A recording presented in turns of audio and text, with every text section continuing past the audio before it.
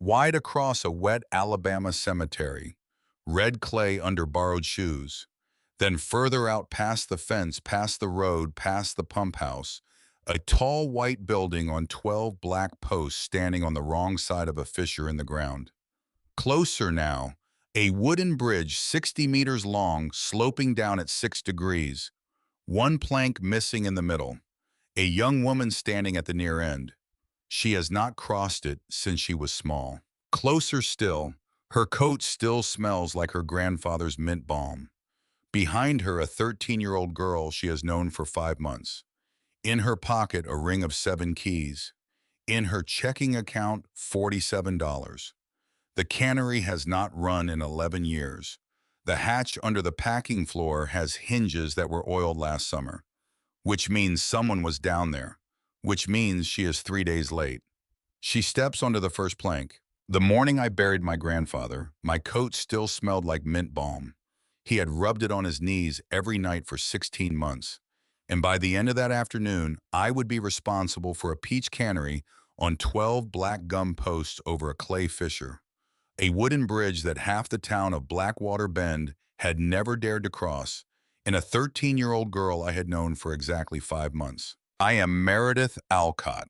I am 20 years old. 16 months ago, I dropped out of community college halfway through my second year and moved into my grandfather's back bedroom to sit with him while he died. What I found under the packing floor of that cannery 3 weeks later would send my older brother to a courtroom he never expected to see and would give me back something I did not know had been taken from me 13 years earlier. But to understand how a locked wooden box in a clay cellar could unravel 30 years of a woman's work, I need to take you back to the Tuesday morning it started. The red clay in the cemetery was wet. My borrowed shoes were already ruined. The graveside service ran 17 minutes. I remember because I counted it on the wristwatch of the man standing beside me, a stranger who introduced himself as Mr. Yardley and then said nothing else for the rest of the burial. Mr. Yardley was my grandfather's estate lawyer. He wore a gray mustache and the pinched expression of a man who had already read the will and knew what was about to happen when he read it out loud. Aunt Helene held an umbrella over her own head and no one else's. That was not cruelty. That was Helene. She had left Blackwater Bend at 22 and returned only for funerals, weddings, and the reading of documents that involved money. Uncle Boyd stood behind her in a jacket that did not fit across his shoulders. He was 63 and had spent most of his adult life arriving late to family gatherings, so that the worst sentences had already been said before he walked in. Landon stood on my left. My brother is 32. He wore a black suit that had been dry cleaned that morning. He smelled faintly of hotel soap. He had driven up from Birmingham the night before, checked into the Piney Rest Motel across from the diner because he did not want to sleep at the farmhouse, and arrived at the cemetery 10 minutes before the service began. He put a hand on my shoulder during the closing prayer. I did not move, because I did not want him to think I welcomed it, and I did not want him to think I did not. The person on my right was 13 years old. Her name is Delphi Rowe. She wore a black dress that was too big at the shoulders and too short at the wrist. She held a small blue notebook against her chest with both hands, the way a younger child might hold a stuffed animal. She had not spoken since the hymn. My grandfather had brought Delphi home 5 months ago. He had been in the process of adopting her. He was 78 years old and had told exactly no one in the family, which is how our family had always worked. Delphi's file at Alabama Family Services said things I had read and did not have the right to repeat. She had been in the foster system since she was 9. She was quiet and she was clever, and she drew every tree in the West Orchard into the small blue notebook she never set down. The adoption paperwork was not finished. I already knew what that meant. Mr. Yardley had told me the night before, standing in the kitchen with a paper cup of coffee in his hand. He had said the words tentatively, the way a doctor names a diagnosis he is still hoping he is wrong about. Guardianship, emergency evaluation, 30 days. Delphi had heard him say it because she had been in the hall. She had gone back to her room and drawn a tree. At the grave, when the pastor said, "Amen," Landon squeezed my shoulder. He asked me low if I was okay calling me kid the way he had when we were children. I told him I was fine. Because I was not fine, and because Landon and I had not had a real conversation in 3 years, and because the space between us had become a very careful arrangement of small words that did not touch anything true. Delphi's hand slipped into mine on the walk back to the cars. Her fingers were cold. She did not look at me. I did not look at her. That was how we understood each other. The will was read at the kitchen table where my grandfather had eaten every meal of the last 47 years. Mr. Yardley set a leather folder in the center. 4 blue envelopes sat on top. Aunt Helene had already claimed the chair nearest the window. Landon sat where our grandfather used to sit at the head of the table, and I did not have the strength to fight him about it. Uncle Boyd took the chair farthest from the folder, which is where Uncle Boyd always sat. Delphi stood behind me. She would not sit down. She kept both hands on the back of my chair. I could feel her knuckles through the wood. Mr. Yardley cleared his throat and told the room there was no requirement anything be resolved today. Aunt Helene answered that there was if they wanted to make their flights. Boyd, without looking up from the table, reminded her she had driven down. She waved him off. Figure of speech. Landon rested his fingertips on the table. He wanted to just hear it. Mr. Yardley opened the folder. He was a careful man. He read the preamble in a careful voice. He named the executor, which was himself.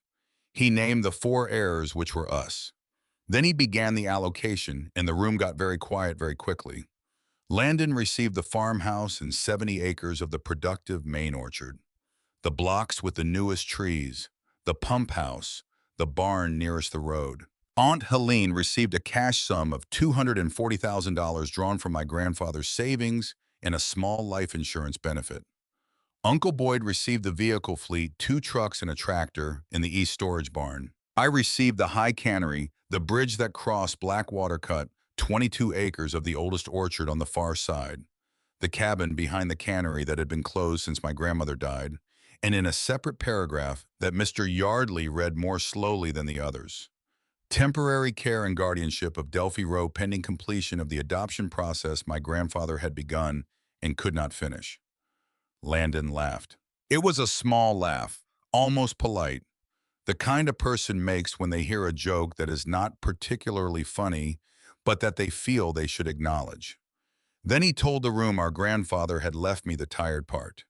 I did not answer, because I was watching Aunt Helene, who had not looked at Delphi once since we sat down. Because I was watching Uncle Boyd, who was looking at the wall behind my head, as if the wall had insulted him. Because I was feeling Delphi's knuckles tighten on the back of my chair. Mr. Yardley folded his hands on the folder. He asked whether the heirs understood the allocation. I told him I did. Landon leaned forward, starting to say he wanted to be sure I understood, and I told him a second time that I did. That closed his sentence. Aunt Helene looked at me for the first time. She had the same eyes as my mother. It was the only feature they shared, and it was the one I had never forgiven her for. She told me I was 20 years old and could not possibly run a cannery. I answered that the cannery had not run in 11 years. That was her point, apparently. I told her it was not. She sat back. She adjusted the collar of her blouse in a tone that had been calibrated over decades to sound as if it were only trying to help. She said, "My mother would have said the same thing." The kitchen went silent, because Helene had learned young how to place my dead mother at a table by changing the shape of her voice, because Landon hated when she did it, because Boyd always pretended not to hear. I asked her not to. She claimed she wasn't. I told her she was. Landon closed his eyes. Mr. Yardley shifted in his chair. Without looking at anyone in particular, he mentioned that there was a signature page, but nothing had to be executed today, and encouraged the heirs to review the assets before final documents. Landon said he would sign now. Boyd said Landon would sign in a week. Everyone looked at him. Boyd shrugged. Nothing good in his experience ever got signed the same afternoon it was read. Landon breathed out through his nose, something quiet and irritated. Boyd. Please, Boyd was not saying no. He was saying a week. Aunt Helene picked up her coffee. She set it back down. A week was acceptable to her. And that was how, without anyone announcing it, the meeting ended. Mr. Yardley closed the folder. He handed me a ring of 7 keys and a manila envelope with my name on it. He explained that the brass key on the ring opened the cannery door, that the smallest silver key opened the cabin, that the other 5 he did not know.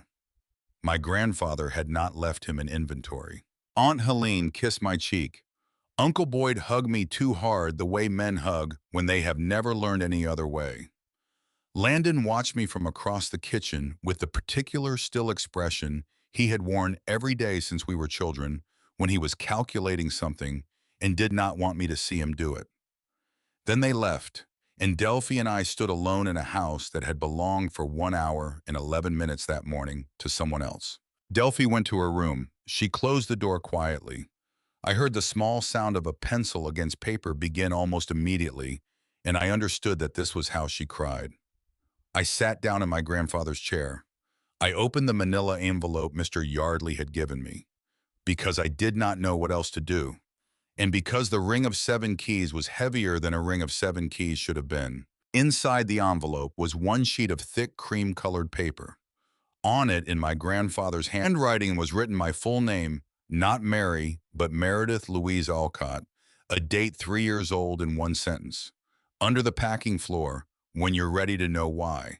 That was all. No signature, no explanation, no return. I sat with the sentence in my hand for a long time, because my grandfather had never called the high cannery the packing floor. He had called it the cannery or the far side, or once, when he thought I was not listening, your grandmother's room. But he had not called it the packing floor. He had never used those words, which meant he had chosen them for me, because he wanted me to notice. Which meant somewhere in the cannery under a floor I had never walked on was something he had wanted me to find only after he was dead. I put the note back in the envelope. I put the envelope in the drawer beside his bed where he had kept his mint balm. And I stood at the window until the sun moved off the sill. I drove to the cannery the next morning at dawn. The road out of the farmhouse ran west 3/4 of a mile through the middle blocks. The pump house, the new orchard, the east barn where my uncle would come in a week to collect the trucks. Then the road narrowed. Then the road curved. Then the road ended at a gravel turnaround, and the land dropped. Blackwater Cut is a natural fissure in the Piedmont clay, 12 feet deep in most places, 40 feet across at the narrowest. A shallow, slow-moving creek runs at the bottom of it, more mud than water in dry months, more water than mud in wet ones. My grandfather used to say the cut had been there since before the county was a county, and I have no reason to think he was wrong. The high cannery stands on the far side. It stands on 12 black gum posts driven into the far bank in 1948. Each post 12 feet tall, each post as thick around as a man's chest. The cannery itself is 3 stories of white clapboard, with a rust-red tin roof and small square windows set high in the walls. It is not a large building. It is a tall one. It looks from the near side of the cut like a birdhouse that has forgotten how to be small. The only way across the cut is a wooden bridge. The bridge is 60 meters long. It is 9 feet wide. It has a hand railing on the north side only, and it slopes downward from the near bank to the far bank at a grade of 6 degrees, which is not a steep grade if you are hiking, and which is a very steep grade if you are walking on wet planks in borrowed shoes with a ring of 7 keys in your hand. I stood at the near end of the bridge for a long time, because I had crossed this bridge exactly twice in my life, because both times I had been holding my grandfather's hand. I stepped onto the first plank. It held. I stepped onto the second. It held. The third plank had a soft place in the middle. My foot sank half an inch. Somewhere below me, the creek moved slow and steady, indifferent to my weight. I counted the planks after that, because counting is what I have always done when I am afraid. Because my grandfather taught me to count when I was 7 and had climbed too high in a peach tree and could not remember how to climb back down. Plank 31 had a knot the size of my palm.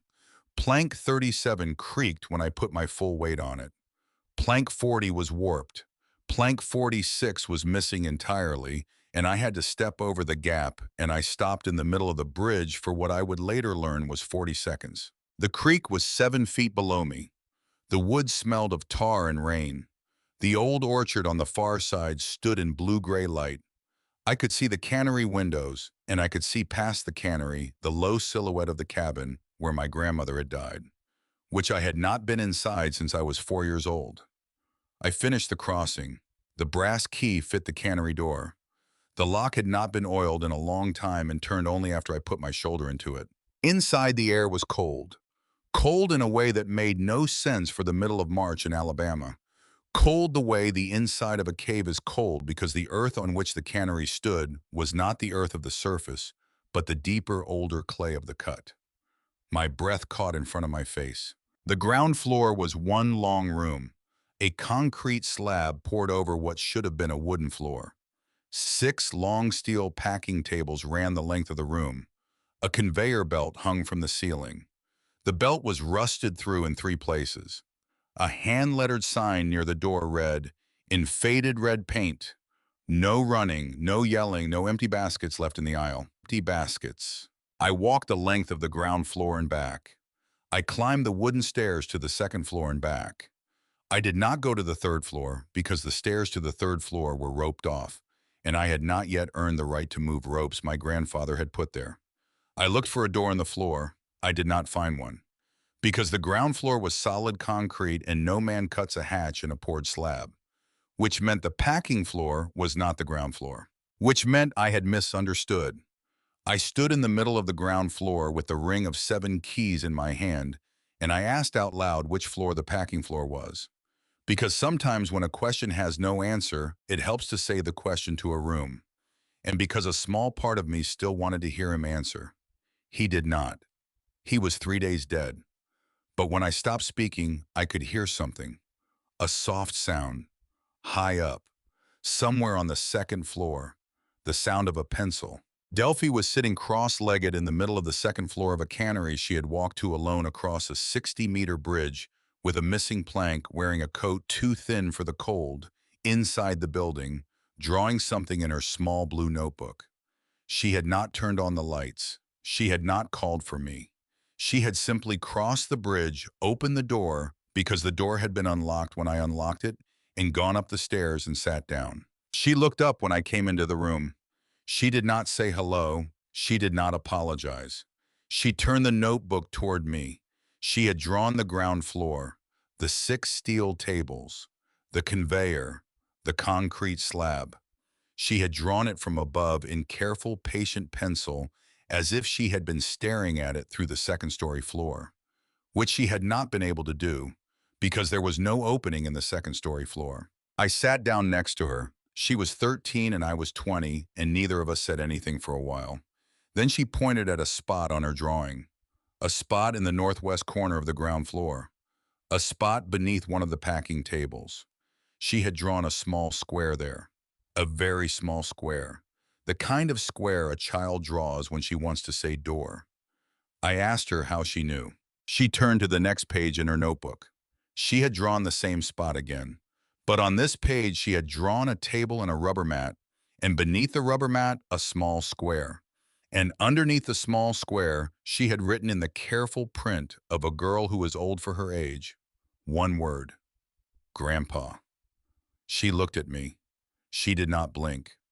And I felt for the first time since my grandfather died that I was not the only person in the world he had left something to. We did not open the door that morning, because a hatch in a floor is not a thing you open at dawn on the second day of a life you did not choose. Because Delphi needed breakfast. Because I needed to think. We crossed the bridge back to the near side. Delphi went first. She walked steady across the missing plank without stopping. I watched her small shoulders in the too big coat, and I understood that Delphi had crossed this bridge before, probably many times, probably alone, and that my grandfather had known and had let her because he had known that the far side of a bridge is sometimes the only place a girl can be quiet in the way she needs to be quiet. We ate cereal at the kitchen table. Delphi put her spoon down after 4 bites. She asked if I was going to send her back. It was the second sentence she had spoken to me since the funeral. I set my spoon down too. I did not answer quickly, because I owed her the courtesy of a real answer. And because I did not know what a real answer looked like, I told her no. She waited. I told her not if I could help it. She picked her spoon back up. She finished the cereal. She washed the bowl in the sink and left it upside down on the drying rack. Then she went to her room and drew. The county called at 2:15 that afternoon. The woman's name was Ms. Grimshaw. She was a Child Protective Services caseworker. Her voice sounded tired in a way I would come to recognize. In every woman who worked with children, the state had failed. She was very sorry about my grandfather. The adoption of Delphi Rowe was not complete. Under Alabama code, an incomplete adoption reverted to the state upon the death of the sole adopting party unless emergency guardianship was granted to an adult household member with a demonstrable existing relationship to the child. She was scheduling a home visit in 30 days. She wanted me to understand this was not a hostile process, that the state's interest was the child's well-being, that the child's stability was best served in the state's view by keeping her in a placement she was already familiar with. That if I intended to petition for guardianship, I should prepare documentation, employment, income, housing, support network. I told her I understood. She was quiet a moment. Then she asked if Delphi had spoken to me. I looked at the door of Delphi's room. Behind it, the small, steady sound of a pencil. I told her yes. Delphi had. Ms. Grimshaw waited a full beat. She said that was going to matter and hung up. I put the phone down. I sat on the kitchen floor with my back against the refrigerator for what I think was a long time. Because 30 days is not a long time to become a mother. Because I did not have employment. Because I did not have income. Because my checking account when I had looked at it that morning contained $47. And because Delphi was drawing.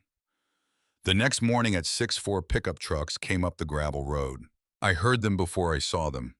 Two of the engines I recognized. One of them was the old Dodge that had belonged to my grandfather's foreman for 30 years. One of them was the Ford that Wendell Ayers had driven since before I was born. I put on boots. I put on a coat. I did not put on my grandfather's green cap, though it was hanging by the door because I had not yet earned it. I walked out to the gravel turnaround.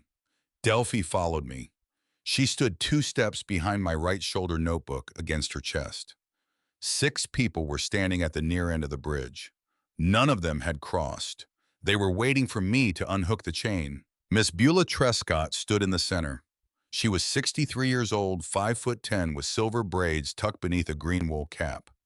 She had been my grandfather's field manager for 30 years. She had known me since I was born. She had not attended the funeral, which was a fact I had noticed and had not asked about. To her left stood Wendell Ayers, 47, the farm's mechanic. Wendell did not speak unless a machine required it. He was leaning against the bridge post, the way a man leans against a wall he is not sure will hold him. Behind Miss Beulah stood Sylvia Ostrom, 34, the bookkeeper. Sylvia had a legal pad against her ribs. She was the kind of woman who wrote down what a room said before she decided what she thought about it. Amos Klein, 40, sat on the near end of the bridge with his boots dangling over the cut. He was humming something. I could not make out the melody. It sounded like the chorus of a song I had once heard on a radio in a car that had belonged to somebody else. Ora Bell Whitfield stood on the far right, 55, head sorter. She had gray hair pulled back in a low knot and a face that looked as if it had been carved by wind. She was looking at Delphi. She was looking at Delphi with an expression I could not read. Percy Halloran, 28, stood behind Orabelle. Percy was the youngest of them. His coat was too new. His boots were not. Miss Beulah said good morning. I said good morning back. She said Delphi's name. Delphi did not answer, but she lifted her chin one small degree, which for Delphi was a greeting. Miss Beulah did not smile. Smiling was not something Miss Beulah did on principle before 6:30 in the morning. She said pruning was scheduled to start Monday and asked whether I planned to keep the schedule. I told her I didn't know. She nodded once. Because I don't know was in Miss Beulah's ledger an acceptable answer. She had spent 30 years teaching my grandfather that I don't know was better than the answers he preferred, which were the answers he made up on his feet when he did not know. She reached into the pocket of her coat. She pulled out a folded piece of white printer paper. She unfolded it. She held it out. I did not take it. She told me to read it there. The paper was a job offer from Ridgemark Growers Consortium, the big outfit 12 miles east on the Talladega line. It was addressed to Beulah Trescott. It offered her a full-season contract at $20 a day above what my grandfather had paid. It offered her a signing bonus. It offered her health coverage.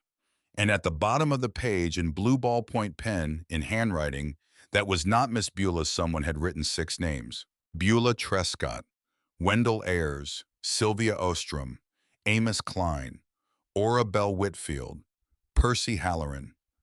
Beside the 6 names in the same blue ballpoint, the same hand had written a phrase. Experienced Alcott team. Contact together if possible. I read it twice. Because the first time I read it, I did not believe I had read it right. Because Ridgemark had written us down as a team. Because the 6 people standing at the end of my bridge were not in any legal or accounting sense a team. They were 6 independent contractors who had happened for various lengths of time between 4 years and 30 years to work for the same man. Until they were written down. I asked when they had gotten it. Miss Beulah had gotten it Monday. She had asked whether the offer would still stand if they came to me first. Ridgemark had said yes, until Friday. She refolded the paper and put it back in her coat pocket. It was Wednesday. Nobody moved. The creek moved. Somewhere in the far orchard a bird moved. Wendell shifted his weight from one boot to the other. Amos hummed one bar of chorus. I could feel Delphi's coat against my sleeve. I could feel the ring of 7 keys in my pocket. I could feel $47. I told them I did not have Ridgemark's money. Sylvia knew. She said so without looking up from her legal pad. I told them I did not have last year's money either, that my grandfather had paid at last year's rate. Sylvia knew that too. I looked at the 6 of them, because I had been raised by my grandfather to promise things I intended to keep, even when I did not know how I was going to keep them. Because Miss Beulah had raised herself in 30 years of standing under peach trees to know when a promise was going to be kept and when it was going to break.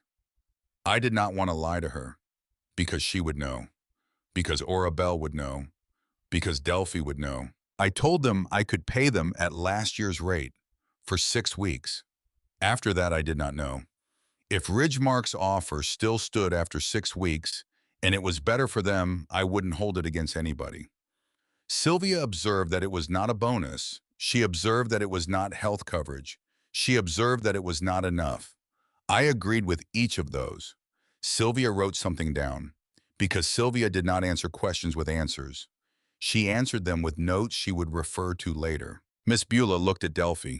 She looked at Delphi for a long time. Delphi looked back, because Delphi, when she chose to look at a person, did not blink until they blinked first. Miss Beulah looked at me again. She told me to start with the truth. My grandfather never had. She unhooked the chain from the near post of the bridge. She dropped it into the grass.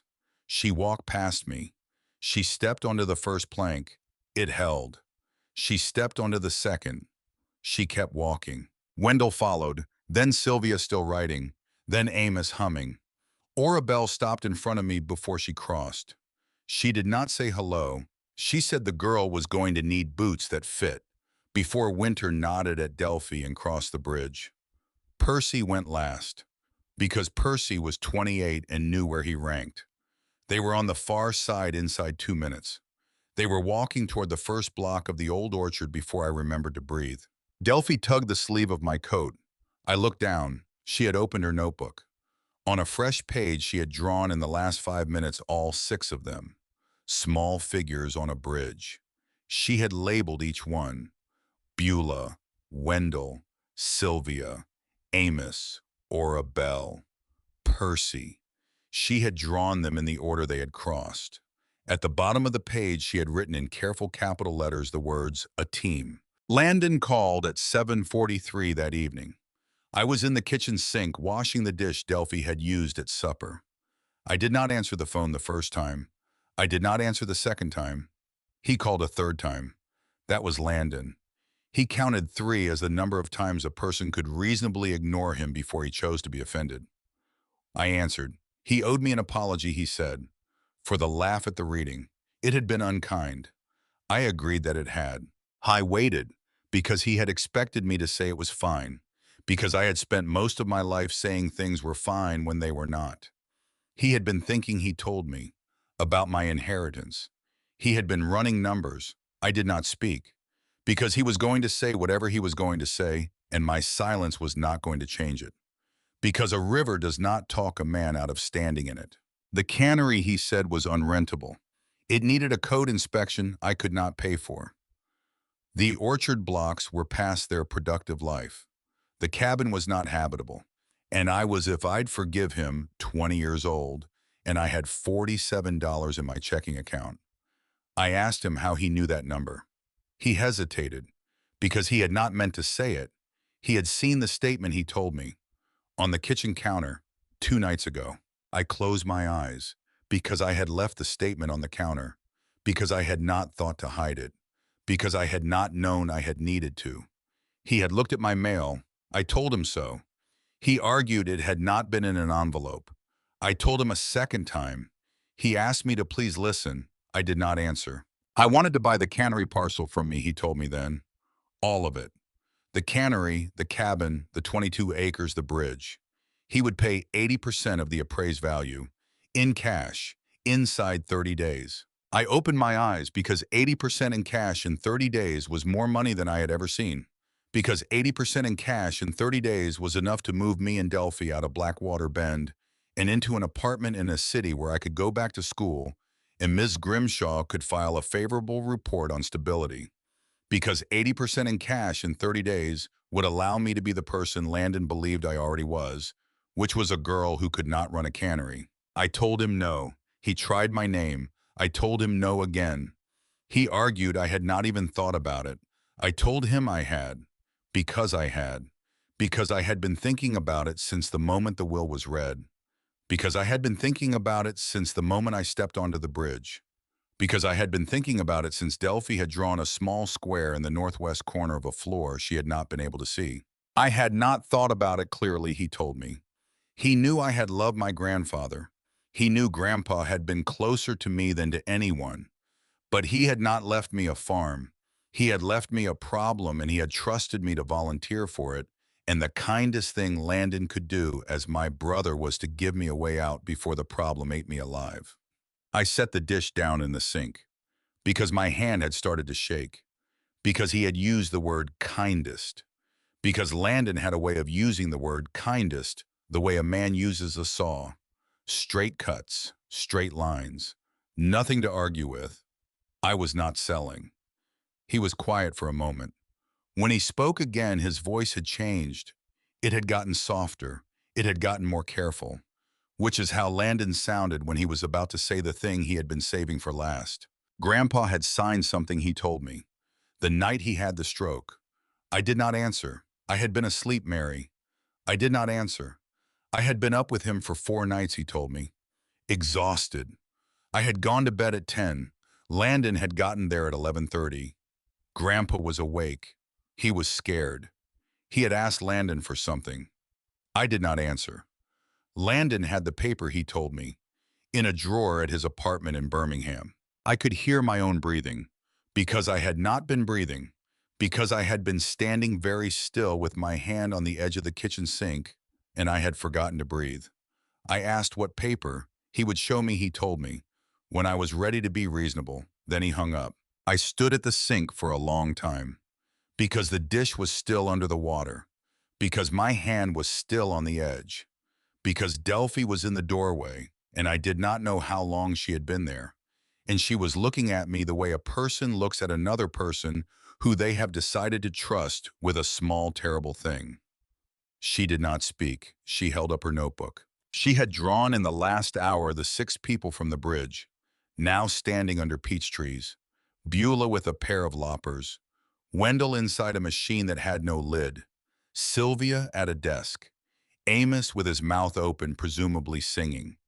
or a bell with a hand on Percy's shoulder. Percy with a basket. At the top of the page, Delphi had written one line. They came back. I looked at her. I nodded. She lowered the notebook. She had heard me say no. She had heard me say no to her brother once. On the phone. She had not said your brother. She had said my brother, which was from Delphi, a claim I did not know she had made yet. Which was from Delphi, a thing I had not earned yet. I started her name. She was going to bed. She turned. She walked down the hall. I heard her door close.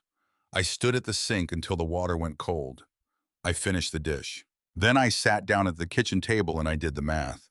Because if Miss Beulah and 5 other adults were going to be at my bridge tomorrow morning at 6, wanting to know what row they were pruning, I had until sunrise to figure out how to pay them.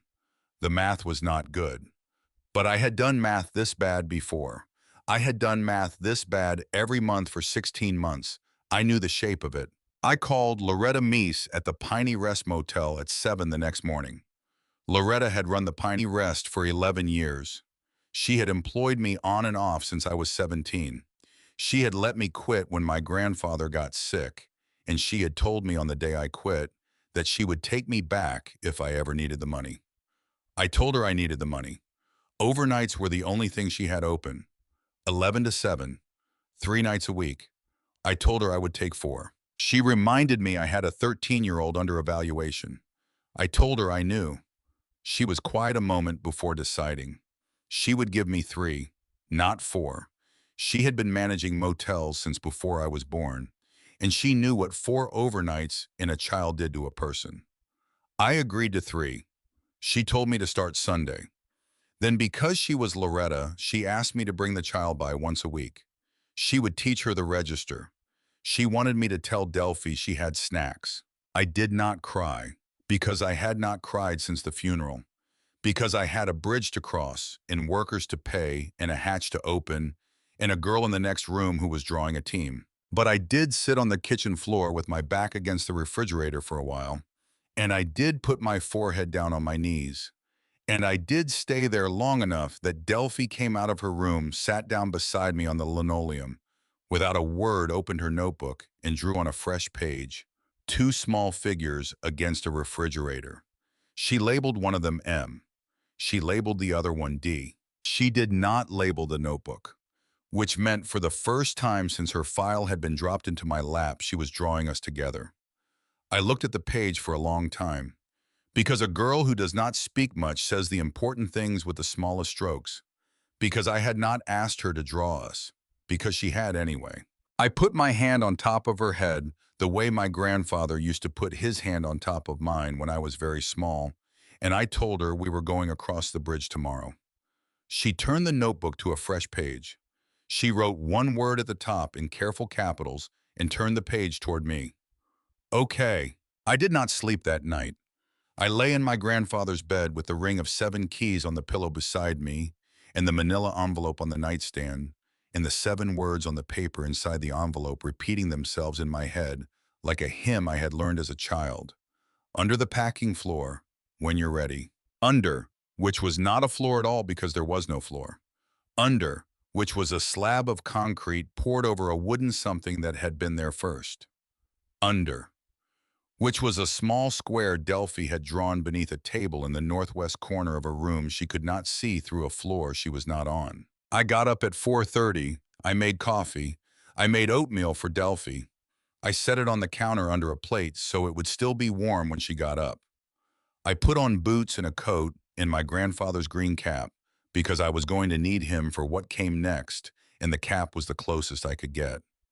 I picked up the ring of 7 keys, and I walked out into the pre-dawn cold across the gravel turnaround, past the chain that Miss Beulah had unhooked and had not put back onto the first plank of the bridge, and out over Blackwater Cut, toward the dark shape of a cannery that had been waiting on 12 black gum posts for a granddaughter who was 3 days late. Somewhere behind me in a bedroom, I had left the door of unlocked. A 13-year-old girl was going to wake up in an hour and eat oatmeal and put on a coat too thin for the weather and pick up her small blue notebook and cross the bridge to find me. Somewhere ahead of me, under a floor I had not yet learned how to open a locked wooden box, was going to sit in a clay cellar for the last day of the last week of the last time in its life that it would be a secret. Somewhere in Birmingham, in a drawer, in an apartment. I had never seen my brother. Landon had a paper with my grandfather's signature on it that he had convinced my grandfather to sign at 11:30 at night, 4 nights into the last week of the old man's life, while I slept in the next room. And somewhere behind all of it, in a green field, 47 years ago, my grandmother, Mabel Alcott, had opened the door of the high cannery for the first time and let a 17-year-old girl with a swollen face and no last name walk in, and had begun, without asking anyone's permission, the work that would end or begin again with me. The bridge held. I crossed. The northwest corner of the packing floor smelled like old rubber and colder air than the rest of the room. That is a detail I did not notice the first morning, because the first morning I had been looking for a door in the concrete, and a hatch does not sit in concrete. A hatch sits in wood. Delphi was the one who understood this before I did, because Delphi had been up on the second floor 2 days earlier, sitting cross-legged, drawing a floor she could not see, and what she had drawn was the wood. I had been standing on the ground floor of a cannery all my life, thinking it was made of concrete, because most of it was. Because 5/6 of the ground floor was one long poured slab, tables and belts and drainage channels, the way a working cannery is supposed to be. But the northwest corner was different. The northwest corner was a wooden platform, 12 feet by 12 feet, raised half an inch above the slab, framed by a low steel lip, painted the same shade of gray as the concrete, so that at a glance you would not see the seam. And in the middle of the wooden platform sat a packing table. And under the packing table was a green rubber mat. And under the green rubber mat, when I got down on my hands and knees on the morning of the fourth day and lifted the mat with both hands, was a square of wood cut cleanly into the platform, about 2 feet by 2 feet, with a brass ring recessed into the middle of it so that it lay flush. I did not open it right away, because I had come alone, because Delphi was in the cabin 60 feet behind the cannery, still asleep, because Miss Beulah and the crew were out in the far block by 6:30 each morning, and the sound of loppers was already coming through the walls, small and steady, like someone eating apples in the next room. And because opening a hatch your grandfather has kept from you for your entire life is not a thing you do standing up. I sat down on the platform. I put both hands on the brass ring. I said his name out loud. Not a prayer, just his name, because I wanted him to hear it in case some part of him was still listening, in case he had left something down there that would answer. Then I pulled. The hatch came up on hinges that had been oiled recently. That was the first thing I noticed, because everything in this cannery was old and stiff and complaining, and the hinges of this hatch were not. They opened without a sound, which meant someone had oiled them within the last year, which meant, since no one had been in this cannery in 11 years, that the someone had been my grandfather, which meant he had been down there, in his last summer, on knees that could barely climb the stairs of the farmhouse. Under the hatch was a set of wooden steps, 6 steps, not ladder rungs, steps, cut and joined by a carpenter who had believed the person going down them would be doing so for years. I took them one at a time. The cellar was small, about the size of my grandmother's kitchen. Green glazed brick walls laid in the herringbone pattern old Alabama masons used before the war. A brick floor, a single light bulb hanging from a black cord in the middle of the room, and beside the bulb a pull chain. I pulled the chain. The bulb came on. In the center of the room stood a wooden table, not a workbench, a writing table, roughly 4 feet long with 2 drawers. Beside the table, one wooden chair, its back polished by years of use to the color of dark honey. On the table dead center sat a rectangular wooden box about the size of a shoebox, with a brass hasp closed over a small brass keyhole. That was it. That was the whole room. A table, a chair, a box, except for the walls. The walls were not empty. They were papered from floor to ceiling in something I did not understand at first, because my eyes were not ready for what I was looking at. It took me almost a full minute to see that the walls were covered in photographs. Small photographs, roughly the size of a playing card each. Black and white photographs, brown and cream photographs, a few color Polaroids from the 70s and 80s. Some of the photographs had names written under them in my grandmother's handwriting. Some had names in my grandfather's. Some had no names at all, only dates. There were when I later sat down with Sylvia and we counted 27 photographs. Not more, not fewer. 27 faces, 27 women. Some of them young enough to be Delphi's age. Some old enough to be my grandmother's. Most of them somewhere in the middle. A few were smiling, most were not. In every one of them, the photograph had been taken here on this land, standing in front of the cannery, or the cabin, or a peach tree. As if being photographed on this ground was the moment a person became something the wall could keep. I sat down in the chair, because my legs had stopped agreeing to hold me, because the ring of 7 keys was in my pocket, and I already knew which key was going to open the box, and I did not want to be the one who opened it, and I was going to be anyway. The second smallest key on the ring fit the box. I had thought the brass key was for the cellar. It was not. The brass key was for the front door. This other key, the small silver brass one I had not known what to do with, was for the box. Inside the box were 3 things. The first thing was a stack of letters, 37 of them, bound with a piece of green cotton string, all addressed to me, all in my grandfather's handwriting. The one on top had a date 13 years old, the year after my mother died. The one on the bottom had a date 6 months old. He had written to me for 13 years and had never mailed a single letter. The second thing was a leather-bound notebook. A ledger, actually, not a diary. A ledger, with ruled columns and dates. The first entry was 1972 in my grandmother's handwriting. The last entry was 2019 in my grandfather's. And the entries were names, 27 of them. The third thing was a black cassette tape in a clear plastic case. On the label in my grandfather's handwriting, 3 words, for Mary, last. I sat with the box for a long time before I touched anything. Because a room like this is not a room you rush through. Because my grandmother had died when I was 4 and I had almost no memory of her voice. And everywhere I looked in this cellar, I could see her hand. In the pattern of the brick. In the 27 small photographs. In the first 32 entries of the ledger before her handwriting stopped and my grandfather's began. I picked up the letters first.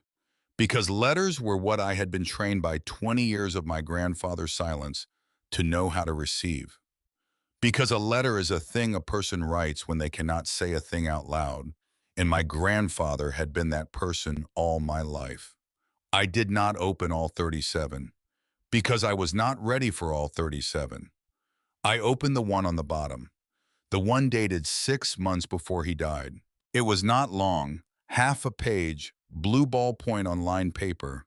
His hand had been shaking when he wrote it. I could tell because the letters wobbled at the ends and because he had crossed out his first attempt at my name and rewritten it in the margin.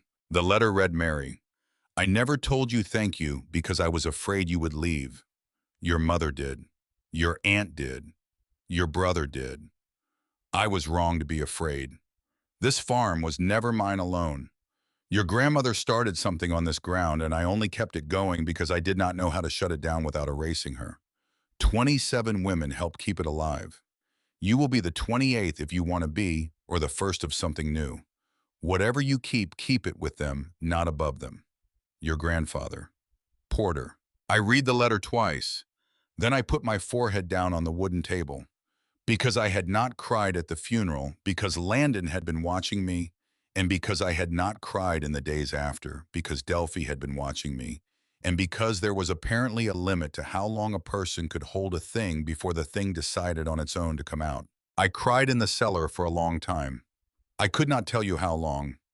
Long enough that when I lifted my head, the light bulb had begun to hum. Long enough that my sleeve was wet. Long enough that when I stood up, my knees hurt. I picked up the ledger next. I opened it to the first page. The first entry was dated April 3rd, 1972. My grandmother had written in her small round handwriting, Ruby Ann Cleary, 17, 6 months pregnant. Husband beat her. Bus from Anniston. Stayed 9 months. Left with the baby. Wrote in 1979. Teaches second grade in Selma now. I turn the page. The second entry, dated August of the same year. Doris Fenton, 24. Ran from her father. Stayed 4 months. Went home only when we made her a lawyer. The third, Vera Ackles, 33. Widow, 4 children, no work. Stayed a year. Cook now at the Bethel Diner. I turned a page. I turned another page. I did not read every entry because I could not read every entry because the room had begun to tilt slightly, the way rooms tilt when you have not eaten since the previous evening. But I read enough. 27 women, some of them for a season, some of them for a decade. My grandmother had kept the ledger from 1972 until she died in 2009, and my grandfather had kept it after that in a handwriting that grew wobblier every entry until the last one in 2019, which read simply, "O Dolly Wren." 19. Grandson took her checkbook, stayed the summer, went back to her sister's when we found the sister. The last name in the ledger before my grandfather's handwriting stopped altogether. I turned to the inside of the back cover. Because ledgers, in my experience with my grandfather's ledgers, always had one more thing written on the inside of the back cover. And this one did. Written across the inside of the back cover in my grandfather's hand, in the same blue ballpoint from the letter, were 4 sentences. The women's names must never be spoken outside this room without their permission. Some of them do not want to be found. Some of them do not want to remember. This is not for the world. This is for the ground. I closed the ledger. I put it back in the box. I did not touch the cassette tape yet, because I could hear my grandfather already in the letter, and I did not think I was strong enough to hear him twice in the same morning. I climbed the 6 wooden steps back up to the packing floor. I pulled the hatch closed behind me. I put the green rubber mat back over it. I slid the table back into place. I walked out onto the far bank of Blackwater Cut, and I sat on a stump my grandfather had left for himself in 1997. And I looked at the 12 black gum posts, and I understood for the first time why the cannery stood in the air. You cannot dig a cellar on flat ground and hide it from the county. You cannot register a hidden room in the middle of a working orchard on the tax rolls. But a cannery on 12 tall posts with a wooden platform in one corner of a concrete floor and a hatch under a table in a cellar dug into the bank of a natural fissure that predates the county deed, by 10,000 years, is not a cellar the county has any way of knowing exists. My grandfather had built the cannery in 1948 on 12 posts because my grandmother had asked him to, and my grandmother had asked him to because she had wanted a room the state could not enter. That was the whole reason for the bridge. That was the whole reason for the missing plank. Delphi found me at the stump around 8. She had eaten the oatmeal I had left under the plate. She had crossed the bridge. She had walked all the way around the cannery without going inside, because she had learned already that when I disappeared, I would eventually come out somewhere she could see. She sat down next to me on the stump. She opened her notebook to a fresh page. She waited. I told her I wanted to show her something, but she could never draw it. Not the room, not the pictures, not any of it. I asked if she understood. She looked at me. She nodded once. And then in a small voice I had not heard her use before, she said Grandpa had told her the same thing. I turned toward her, slowly, because I did not want to startle her out of the sentence. I asked what he had told her. I had said there was a room. He had said one day I was going to find it. He had said if she found it first, she was not to tell me until I did. She could tell me there is a room if it seemed like I was going to give up on the cannery, but she was not to show it to me. She looked down at her notebook. She turned the page. She had drawn some days earlier a small brick square with a wooden step in front of it. The drawing was rough. The proportions were wrong, but it was without question the room. I told her she had drawn it. She had drawn what he had told her, she said. She had not drawn what was in it. He had not told her what was in it. I asked when he had told her. 2 weeks before he died. I put my hand over my mouth because he had been dying for 16 months and I had been in the room next to him for every night of it. And I had missed the fact that he had been having in the last 2 weeks whole conversations with a 13-year-old about a room I did not know existed. Because he had known Delphi would tell me, and he had known Delphi would not tell me too soon, and he had known Delphi in her small, careful way, was the only person he could trust to keep both of those things at once. I lowered my hand. I thanked her. She thought about this. Then she told me it was not thanks, it was instructions. Which was, I realized later, one of the truest things anybody had ever said to me. Because gratitude and following through are not the same thing.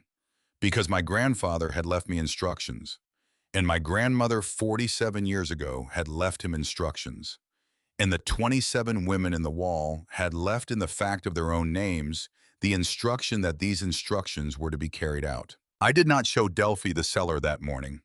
I told her about the letters and about the ledger and about the 27 names. She listened with her hands still on her knees. When I was finished, she asked one question: whether there were any children in the room. I asked what she meant. She wanted to know whether any of the pictures on the wall were of children. I thought about it. A few of them looked very young, I told her.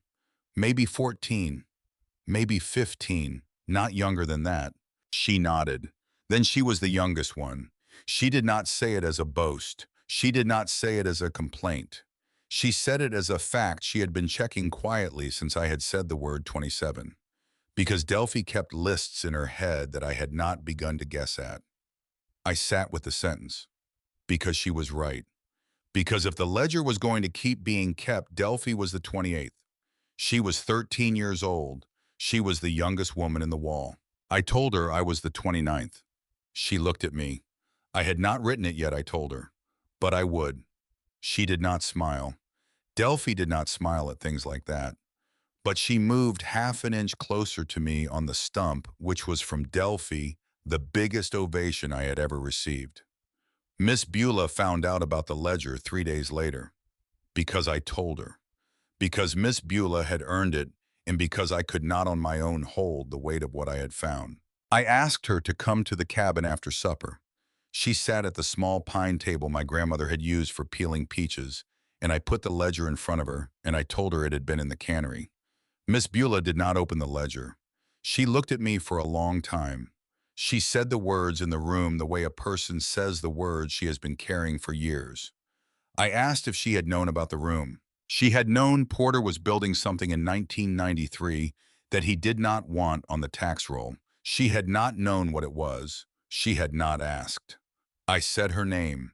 She had asked once, she told me. He had said it was a place for my grandmother. She had not asked again. She put her hand on the cover of the ledger. She did not open it yet. She wanted to know something before she read it, she told me. Whether she was going to find her name. I sat down across from her. Because the answer to that question, whichever way it went, was the kind of answer you did not deliver standing up. I told her I had not read every entry. I did not know. She nodded once. She opened the ledger. She read. She turned pages. She was quiet for a long time. Then she got to the entry from October 1985. She stopped. She put both palms flat on the page. There she was. I did not answer, because I did not have any right to. She read it out loud. Beulah Trescott, 22. Husband broke her wrist. Stayed the winter. Kept staying. Never left. She looked up at me. Her eyes were dry. Miss Beulah, in the 30 years I had known of her, had never cried within my line of sight, and she was not going to start on the strength of this. He had hired her as field manager in 1996, she told me. I would have been an infant. He had told her the job came with a small monthly stipend and a room in the cabin and health insurance that ran through a co-op he had set up for a widow he knew in Sylacauga. He had not told her any of the rest was because she was already in the ledger. She closed the ledger. She looked at the wall. She had been drawing a salary in the same office for 30 years, she told me, from a man she had thought had hired her on a bet, because he was the kind of man who wrote a girl down when she showed up at his cannery in 1985 with a broken wrist and a bus ticket to Georgia she never used. I told her I had not known until 3 days ago. She observed I was the first person he had told. I hadn't been told I told her. He had written it down and hidden it and left me the key. He had told Delphi the room existed. He had told nobody else. Miss Beulah put her hand on my hand. She observed that my grandmother would have told me. I knew. He had not known how. I knew that too. She kept her hand on mine for one more moment. Then she picked up her hat. I was not going to be able to keep this to myself, she told me. I knew that. Aura Bell was going to see her name in there. I thought so. She had never talked to Miss Beulah about it. In 20 years. I thought she would now. Miss Beulah looked at me. My grandmother had been her age when she stopped keeping this ledger, she told me. My grandmother had not had me. My grandmother had had her and Aura Bell and Ruby Ann Cleary and Doris Fenton and Vera Ackles and 22 other women and no daughter to hand any of it to. She wanted to know if I understood what that meant. It meant my grandmother had written me into it in advance. Miss Beulah stood up. It meant she told me that I had been the plan. She left the cabin. I sat with the ledger for another hour before I put it back in the box. Aura Bell came to the cabin the next evening. Because Miss Beulah, who did not gossip, but who understood the difference between gossip and news, had said one sentence to Aura Bell at lunchtime. She had told her I had something of Porter's she should see, and Aura Bell had not answered, but at 7 that evening she was at my door with her hair down for the first time in the 20 years I had known her. I did not make her ask. I opened the box on the kitchen table. I turned the ledger to October 1996. She read it. That was her name. She sat down. 1996. She had been 25. Her husband had broken her jaw the year before. My grandpa had not asked questions. He had given her a room and 40 hours a week. She had never left. She looked at me. Her voice did not change. She had said from the first day I met her when I was 11 years old, exactly what she meant in the shortest way she could say it. She was not going to stop now. She had stopped being afraid of that man in 2001, she told me. She had been afraid of him for 7 years and 1 month. She had counted. She still counted. My grandma had died 2 years before she came. My grandpa had been raising my uncle and my aunt alone.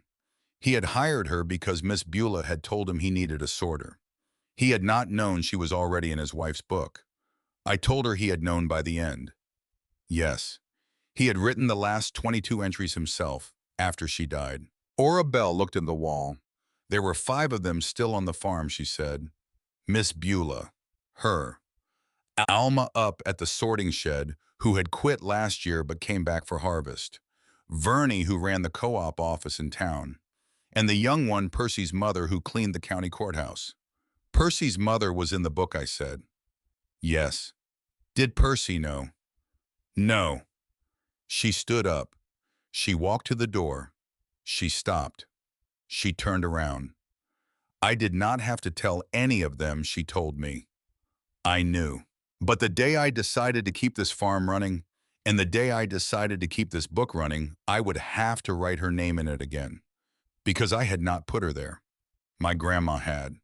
And a book I had not written was only a book I had inherited, which was a small thing. I would have to make it mine. She left. I sat at the kitchen table until the light went out of the sky. Delphi came in from the porch where she had been sitting on the top step for the whole conversation because that was what Delphi did when a woman came to the cabin. She went to the porch and she did not eavesdrop exactly, but she did not go far. She sat down across from me. That had been Aura Bell. Yes, she had 15 books at her house. I looked at her. How did she know? She had seen them last month. Aura Bell had had her over for cocoa when Grandpa was in the hospital. She had 15 notebooks on a shelf in her kitchen. All the same kind. Green cover. Delphi had asked what they were. Aura Bell had told her that was how she remembered things she did not want to forget. I sat with that. Because Aura Bell was the woman my grandfather had trusted silently for 20 years to keep the record of the record. Because if the cellar burned down tomorrow, Aura Bell's 15 green notebooks would still exist. Because my grandmother had picked well. The hailstorm came at 3:40 on the morning of the 11th day. I was at the Piney Rest. It was Sunday. It was the first of my 3 overnights. I had been checking in a truck driver from Chattanooga at midnight. I had been unclogging a coffee machine at 1. I had been sitting at the front desk staring at the ledger because I had brought the ledger to work, because I did not know what else to do with it, because I could not leave it in the cabin with Delphi, and I could not leave it in the cellar because I was still reading it when the first stone hit the awning outside. It was the size of a peach pit. I heard it before I saw it. Then I saw the second one and it was bigger. It was the size of a marble. Then I heard the third one, which sounded like a fist against a car hood, and I stood up. The truck driver came out of his room in his socks. He looked at the parking lot. He asked if I was a farmer. I told him kind of. I was about to not be, he told me. Loretta called on the office phone within 90 seconds. She lived a mile west of the motel and could see the weather on the radar app on her phone from her bed. She wanted me in that little office with the door closed sitting under the desk until she called back. Not out to my car. This had hail. The orchard, I said. She knew. She hung up. I did not go under the desk.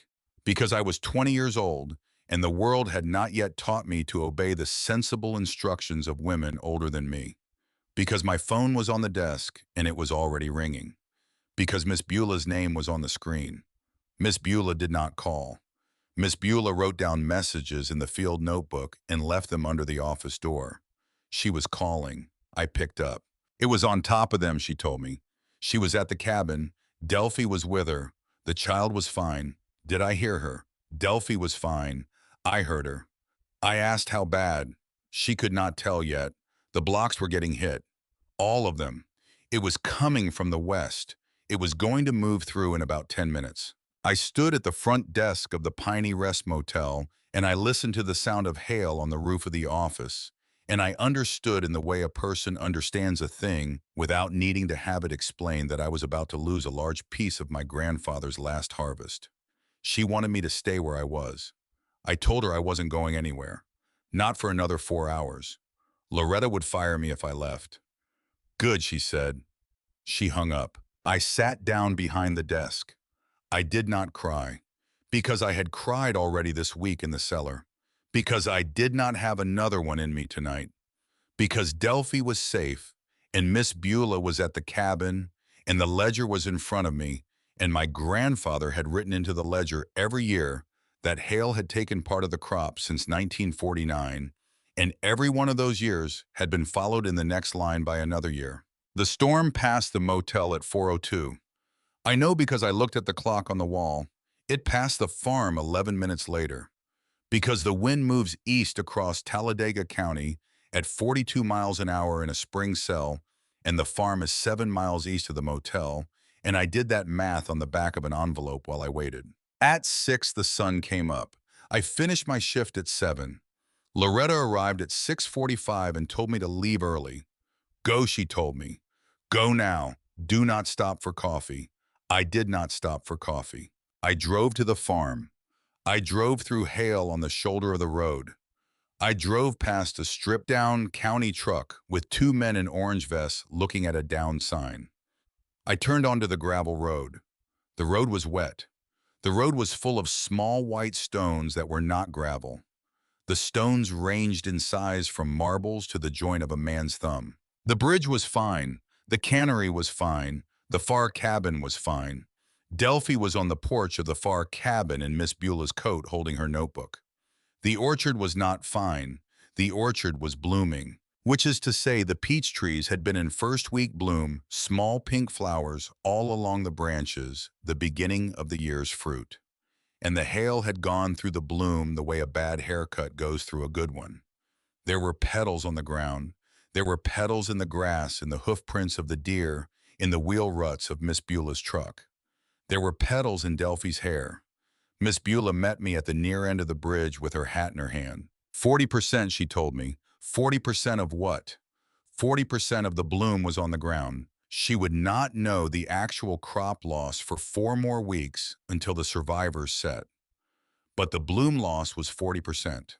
Some blocks worse. The old block on the far side closer to 20.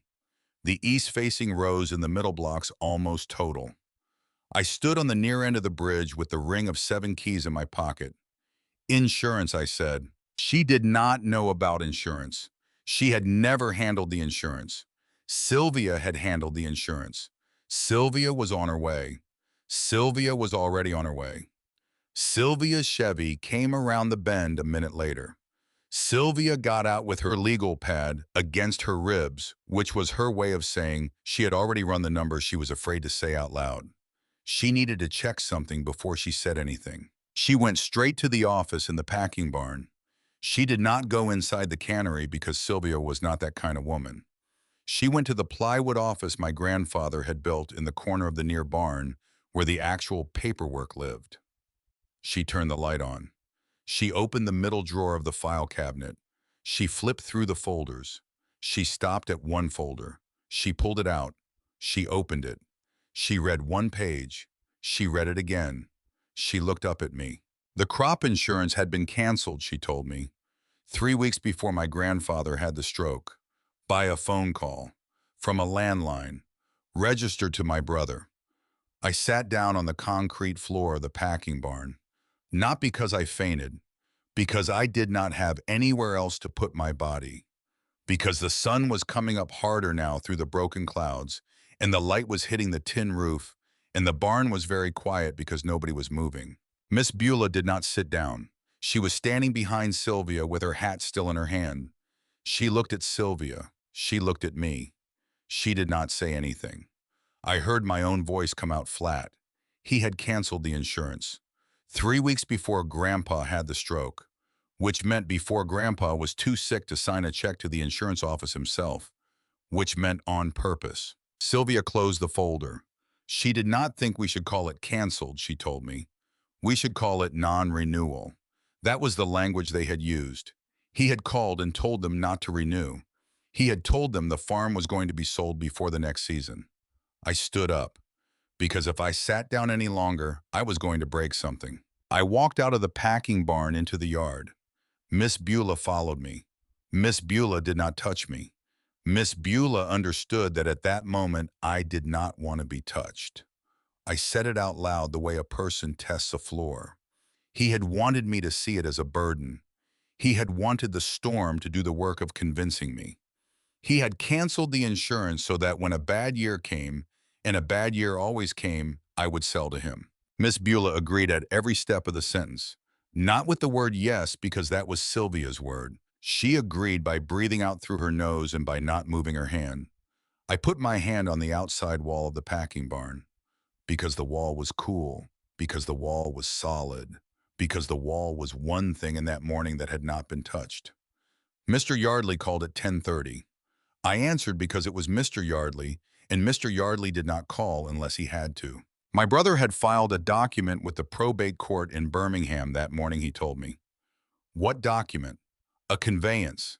Executed the night my grandfather had the stroke. Signed by my grandfather. Witnessed by a representative of the Ridgemark Growers Consortium.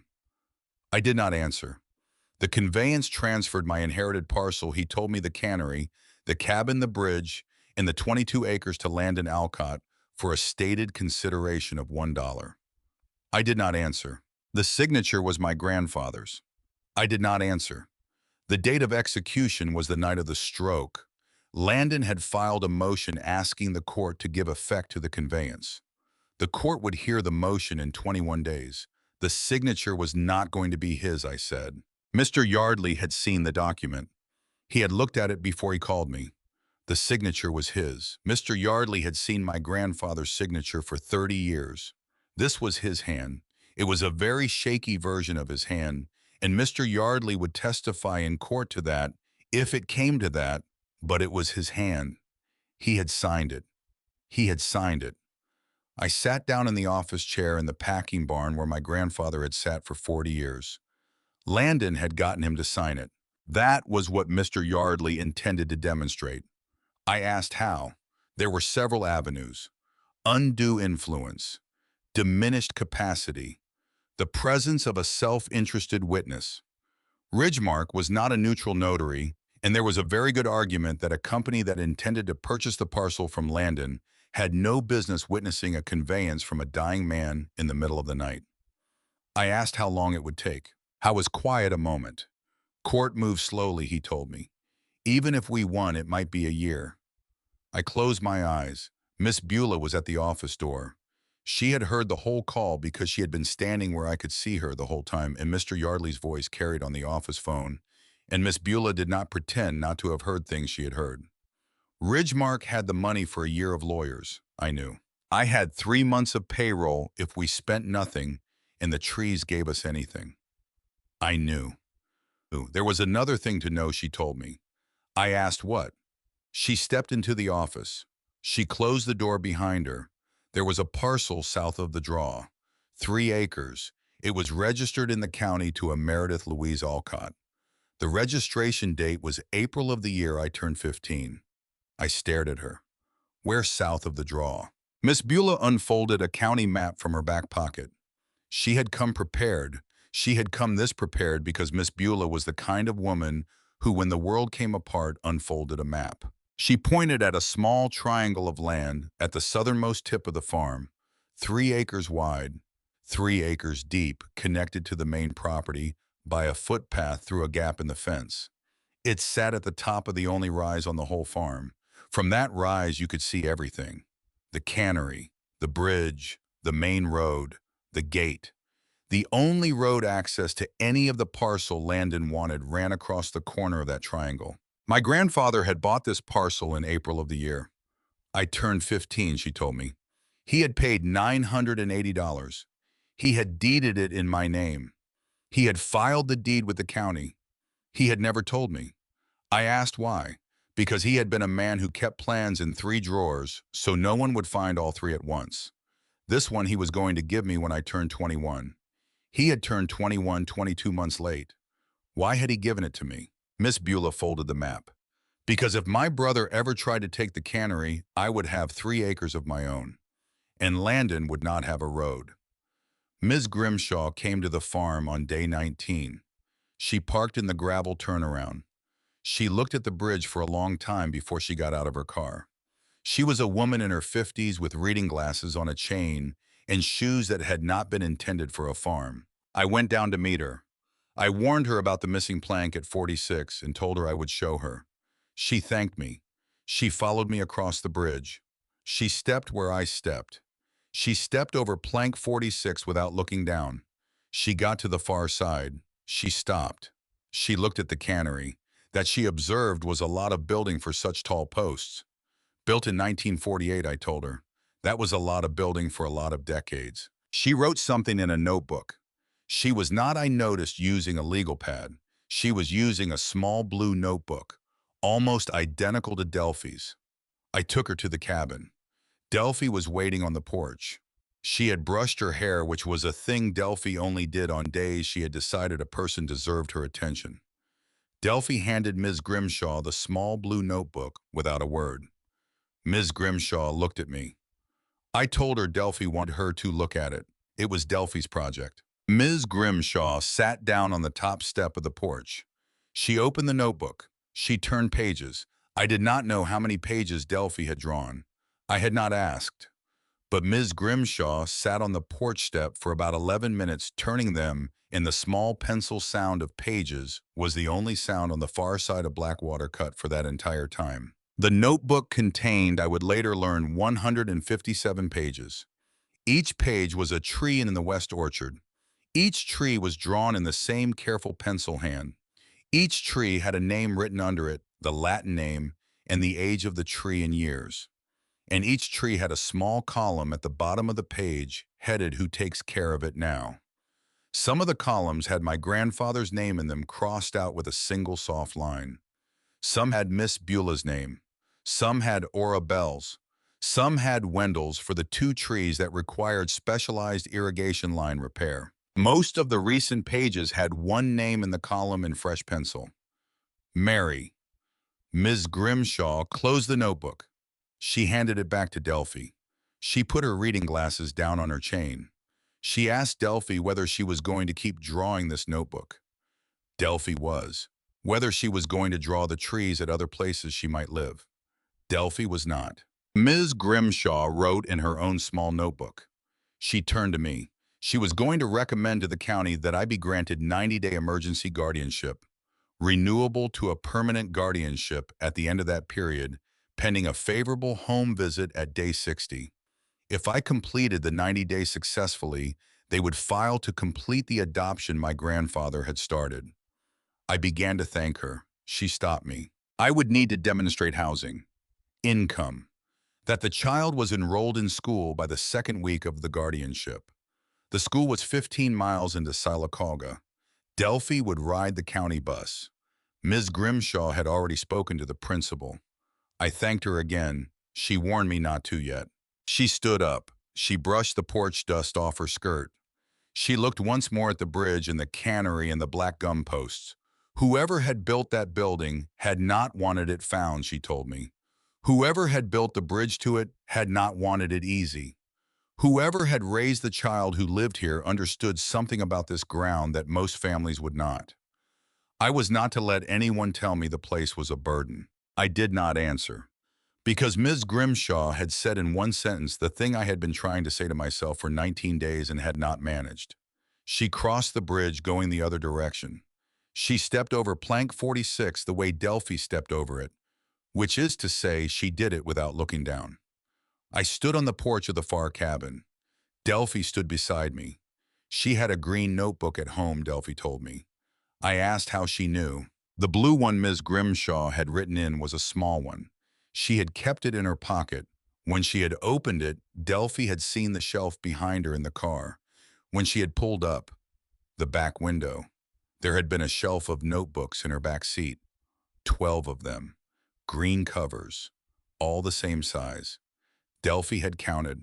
I understood then, because Delphi was 13 and Delphi was already keeping the record of the record. Because there were only so many women in the world who kept green notebooks in a row on a shelf. Because if there were 15 at Orabelle's and 12 at Ms. Grimshaw's, there might be more at other places I had not been. Because my grandmother had been dead for 17 years, and her ledger had not been the only one. Which meant the 27 names in the cellar were not the whole list. Which meant my grandfather had not left me a farm. He had left me a hinge. I went back to the cellar that night. I brought Delphi with me because I had promised I would show her the room when I was ready, and I was ready. I lifted the mat. I opened the hatch. I turned on the light.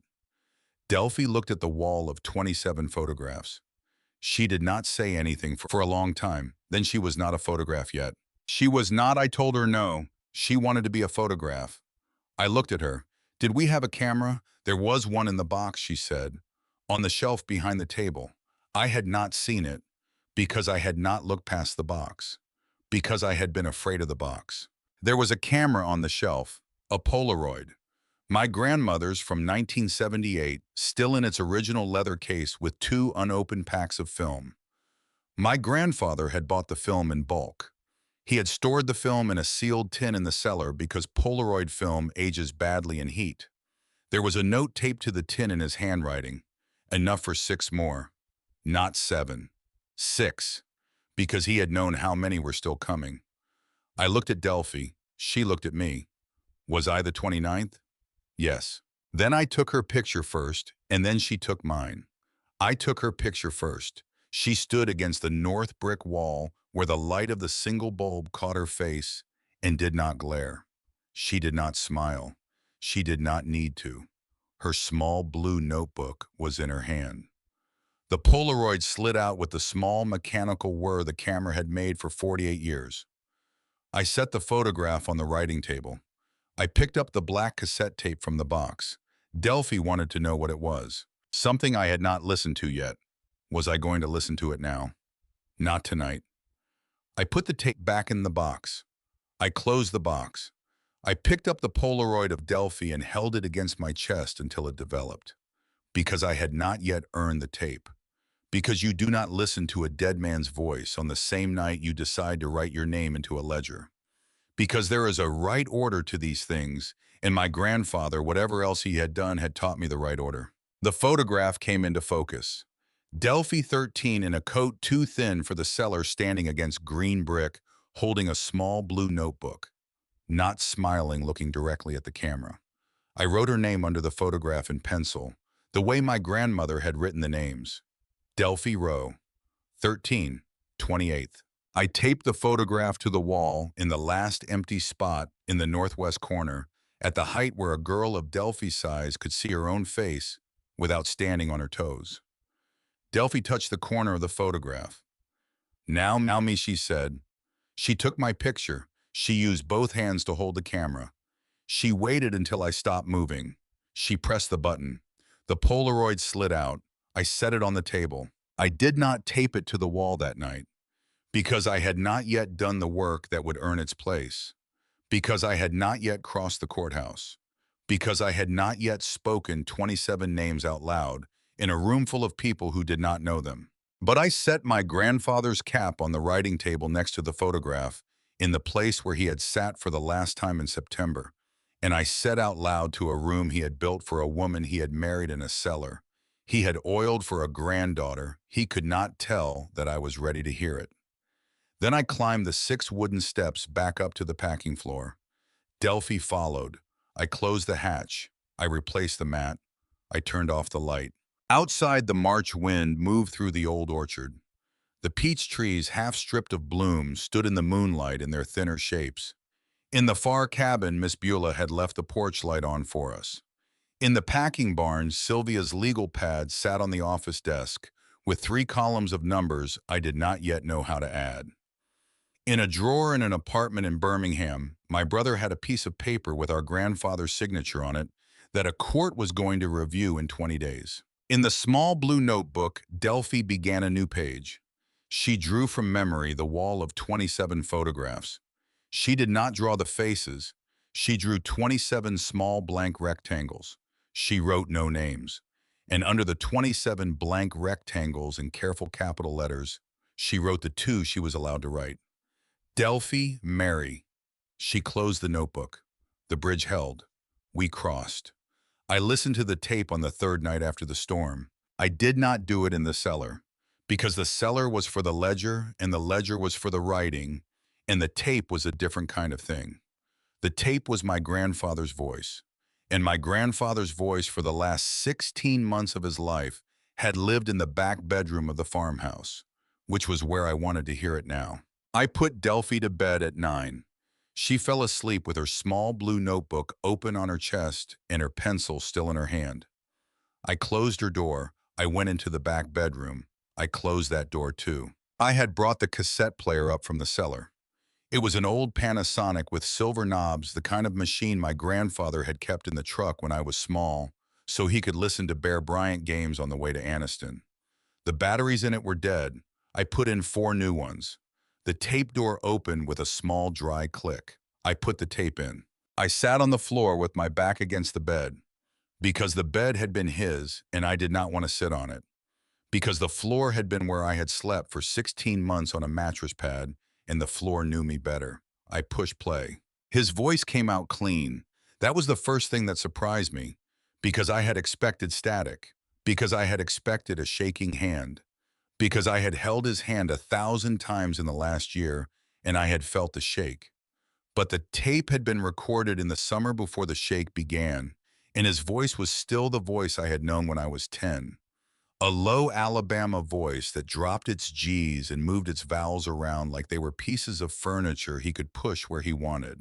If I was listening to this, he told me he was gone. He waited. He always waited after he said something important.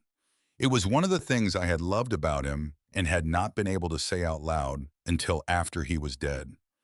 He was going to read the names he said, all of them, because I deserved to hear them out loud from the person who wrote them down. Because if he only left me the book, I would only ever have them on paper, and people were not paper. Then he started to read. Ruby Ann Cleary, 1972. She had been 17. She had left with the baby. She taught in Selma. She was still alive. She wrote at Christmas. Doris Fenton, 1972. She had been 24. She had gone home when they had made her a lawyer. She was a public defender in Mobile. Last he had heard from her was 2018. He kept going. I did not write the names down because he was reading them and my hands could not have kept up, and my hands were not the point.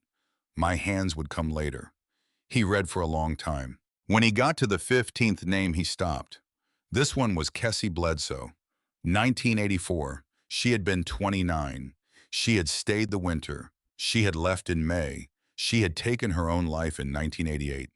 He wanted me to know he still thought about her.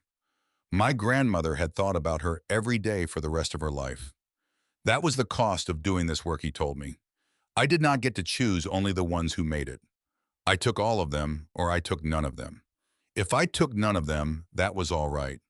But if I took any of them, I took the ones who did not make it too. And I said their names. That was the only thing we could do for Kessie now. We said her name. He stopped. I sat on the floor of that bedroom with my hand pressed against my mouth because I had not been ready for Kessie Bledsoe. Because you cannot be ready for Kessie Bledsoe. Because Kessie Bledsoe was 38 years dead, and my grandfather had known her 4 months, and he was still in the summer before the sheikh began saying her name into a cassette recorder in the cellar of a cannery on 12 black gum posts and refusing to let her be a paper name. He read the other 12. I got to O'Daly Wren. 19. Grandson took her checkbook. Went back to her sister's when we found the sister. That was all of them, he told me. That was 27. He paused a long time. Then he told me he was going to say something he had not known how to write in a letter. I was the 29th. Delphi would be the 28th. He knew that would not be the order I wrote it in, but that was the order it had happened in. Delphi had come first because she had come first. I had come later because I was his, and he had been afraid all the years I was his that if he wrote my name in the book too early, I would think I had to stay. He had not wanted me to stay because of the book. He had wanted me to stay because I chose to. If I was listening to this and I had chosen, then I should write my name last. Because the last name was the name that kept writing the next one. I waited. The last name he told me was the one that opened the door. The tape hissed. He had left about 40 seconds of silence at the end of the recording because he was that kind of man, because he did not want the click of the machine to be the last thing I heard. Then he told me he loved me. He had not said it enough. Mary. He loved me.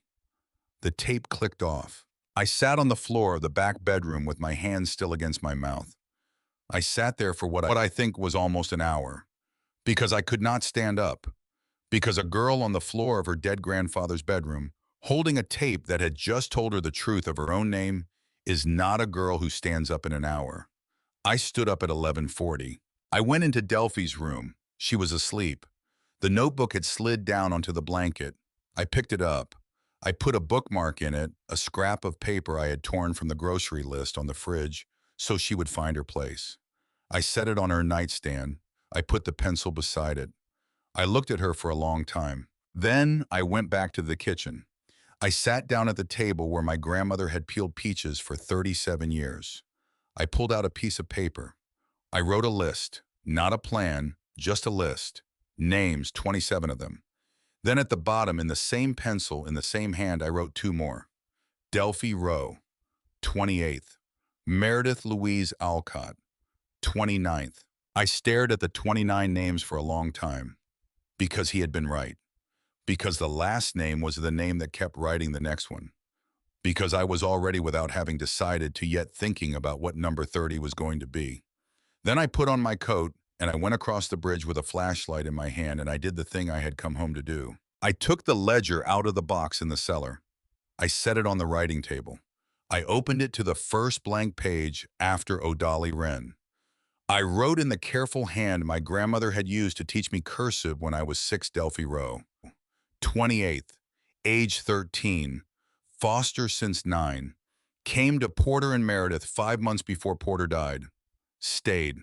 Then I wrote Meredith Louise Alcott, 29th, age 20, granddaughter of Mabel and Porter. Came home to sit with him. Stayed. I closed the ledger. I put it back in the box. I climbed the 6 steps. I went home to the girl who was sleeping in the farmhouse. The town meeting was on a Thursday, 21 days after the reading of the will, 2 days before Landon's probate motion was scheduled to be heard. The meeting was held in the Blackwater Bend Volunteer Fire Hall because Blackwater Bend did not have a town hall. It never had. It had a firehouse with a folding chair capacity of 140 and a coffee urn that a woman named Cleta had been running since 1979, and a stage that had been used in the last decade for high school graduations, one memorial service, and the occasional argument about zoning. The argument that Thursday night was about zoning. Ridgemark Growers Consortium had petitioned the county to rezone 3 parcels along the western edge of the draw. My grandfather's Cannery parcel, the Halcombe parcel to our north, and the Delacroix parcel to our south for consolidation into a commercial packing operation. The petition included a right-of-way easement that would require the county to condemn a strip of land 70 feet wide along the entire southern property line of my inheritance. That strip ran directly across the 3-acre triangle my grandfather had bought in my name 6 years earlier. The petition had been filed by Ridgemark's counsel. Landon's name did not appear on it, but Landon had driven down from Birmingham that morning. And Landon had spent the last 4 hours at the Piney Rest Motel with a Ridgemark representative. And Landon was in the 3rd row of the firehouse when I walked in. He did not turn to look at me. He knew I was there. Mr. Yardley was on my left. Delphi was on my right. Miss Beulah was directly behind me. Sylvia was on the aisle. Ora Bell was 2 rows behind us on the far end.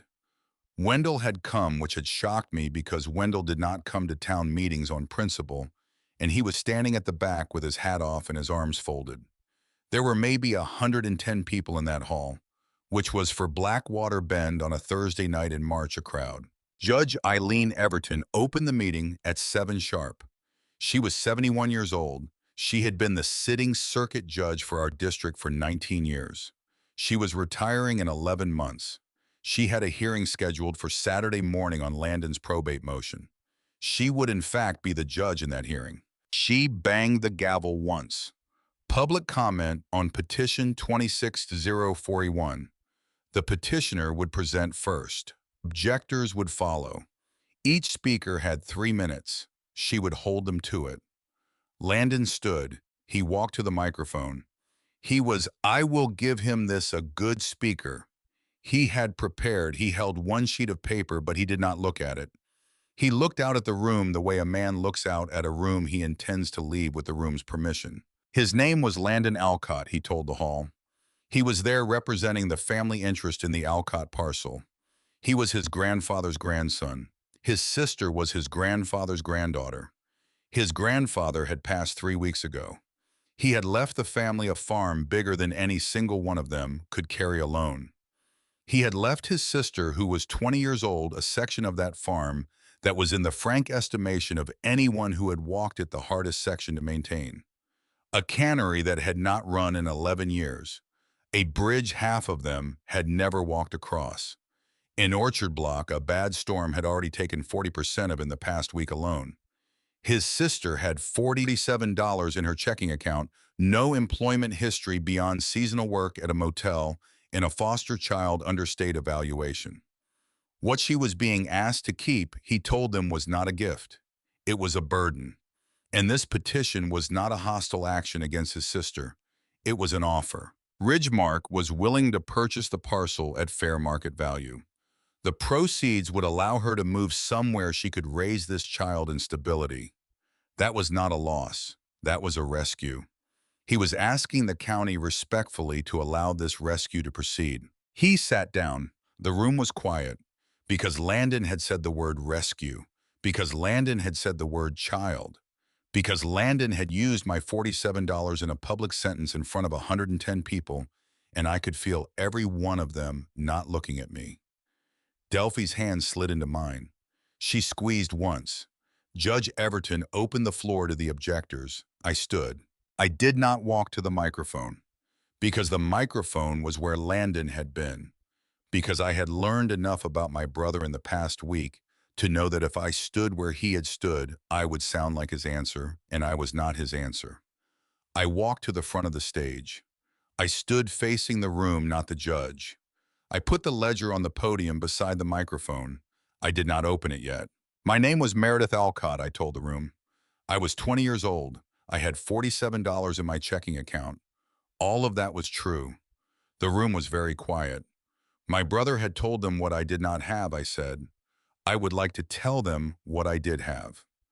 I opened the ledger. I had a book. I held it up because they needed to see it, because the ledger had been in a cellar for 47 years and had never been shown to a room.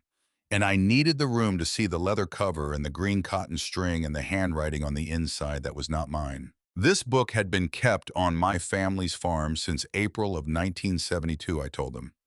It had been started by my grandmother, Mabel Alcott. She had died in 2009. It had been kept after that by my grandfather, Porter Alcott, who had died 3 weeks ago. It contained 27 names. I lowered the book. I was not going to explain what the names were. I was going to read them, and then I was going to sit down, because these names had been in a locked box in a cellar under a floor for a long time, and I had decided with the permission of the two women in this room, whose names were in the book, that they would not be in the cellar anymore. But I was going to read them the only way my grandfather would have read them, which was one at a time.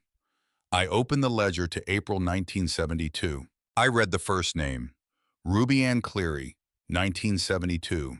She had been 17. She had left with the baby. She taught second grade in Selma. I did not look up. I read the second name, Doris Fenton, 1972, 24. A public defender in Mobile. I read the third, Vera Ackles, 1972, 33. She cooked at the Bethel Diner. She still did. I read the fourth. I read the fifth. I read the sixth. Somewhere in the fourth row, a woman stood up. I did not stop reading, because I had told the room I would read them one at a time, and I meant it. Because the woman standing up was not the point of the reading. Because I had not looked up to see who had stood. I read the seventh, the eighth, the ninth. Somewhere in the sixth row, a second woman stood up. I read the 10th, the 11th, the 12th. I got to Kessie Bledsoe. I stopped. Because I had promised him. Because I had sat on the floor of his bedroom and I had heard him say her name into a cassette recorder in the summer before he began to die. And I had promised him I would say it out loud in a room. Kessie Bledsoe, 1984, 29. She had stayed the winter. She had left in May. She had died in 1988 in Birmingham by her own doing. My grandmother had remembered her every day for the rest of her life. So had my grandfather. So did I. Someone in the very back of the hall made a small sound. I did not look up. I read the 14th, the 15th. I got to October 1985. Beulah Trescott, 1985, 22. She had stayed the winter. She had never left. She had been the field manager of our farm for 30 years. I did not look up, but I heard behind me the sound of Miss Beulah standing. I read the 17th, the 18th, the 19th. I got to October 1996. Ora Bell Whitfield, 1996, 25. She had been the head sorter of our farm for 20 years. Ora Bell stood up on the far end of the second row. I read the 21st.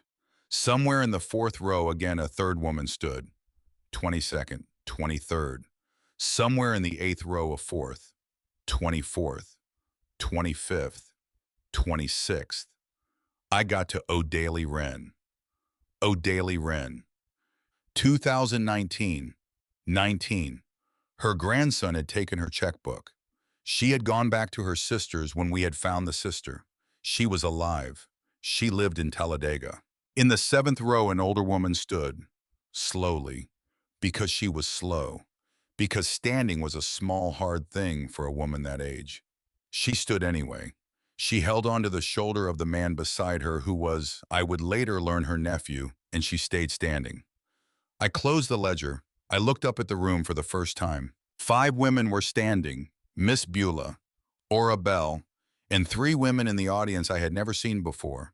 One was in her 70s, one was in her 60s, one was in her 30s. All 3 of them were looking at me. I did not know their names yet, but I knew without having to ask that all 3 of them had heard their own names come out of my mouth in the last 4 minutes. Which meant Miss Beulah's ledger and Ora Bell's 15 green notebooks and Ms. Grimshaw's 12 green notebooks in the back seat of her car had not been the whole record, which meant there were in Blackwater Bend and in the ring of counties around it more women than any single book could name. And my grandmother's ledger was only one section of a longer thing. And the longer thing had never had a title because the longer thing was too old to need one. Judge Everton looked at the standing women. She looked at me. She looked at the ledger on the podium. She was in that moment no longer sitting as the circuit judge for our district.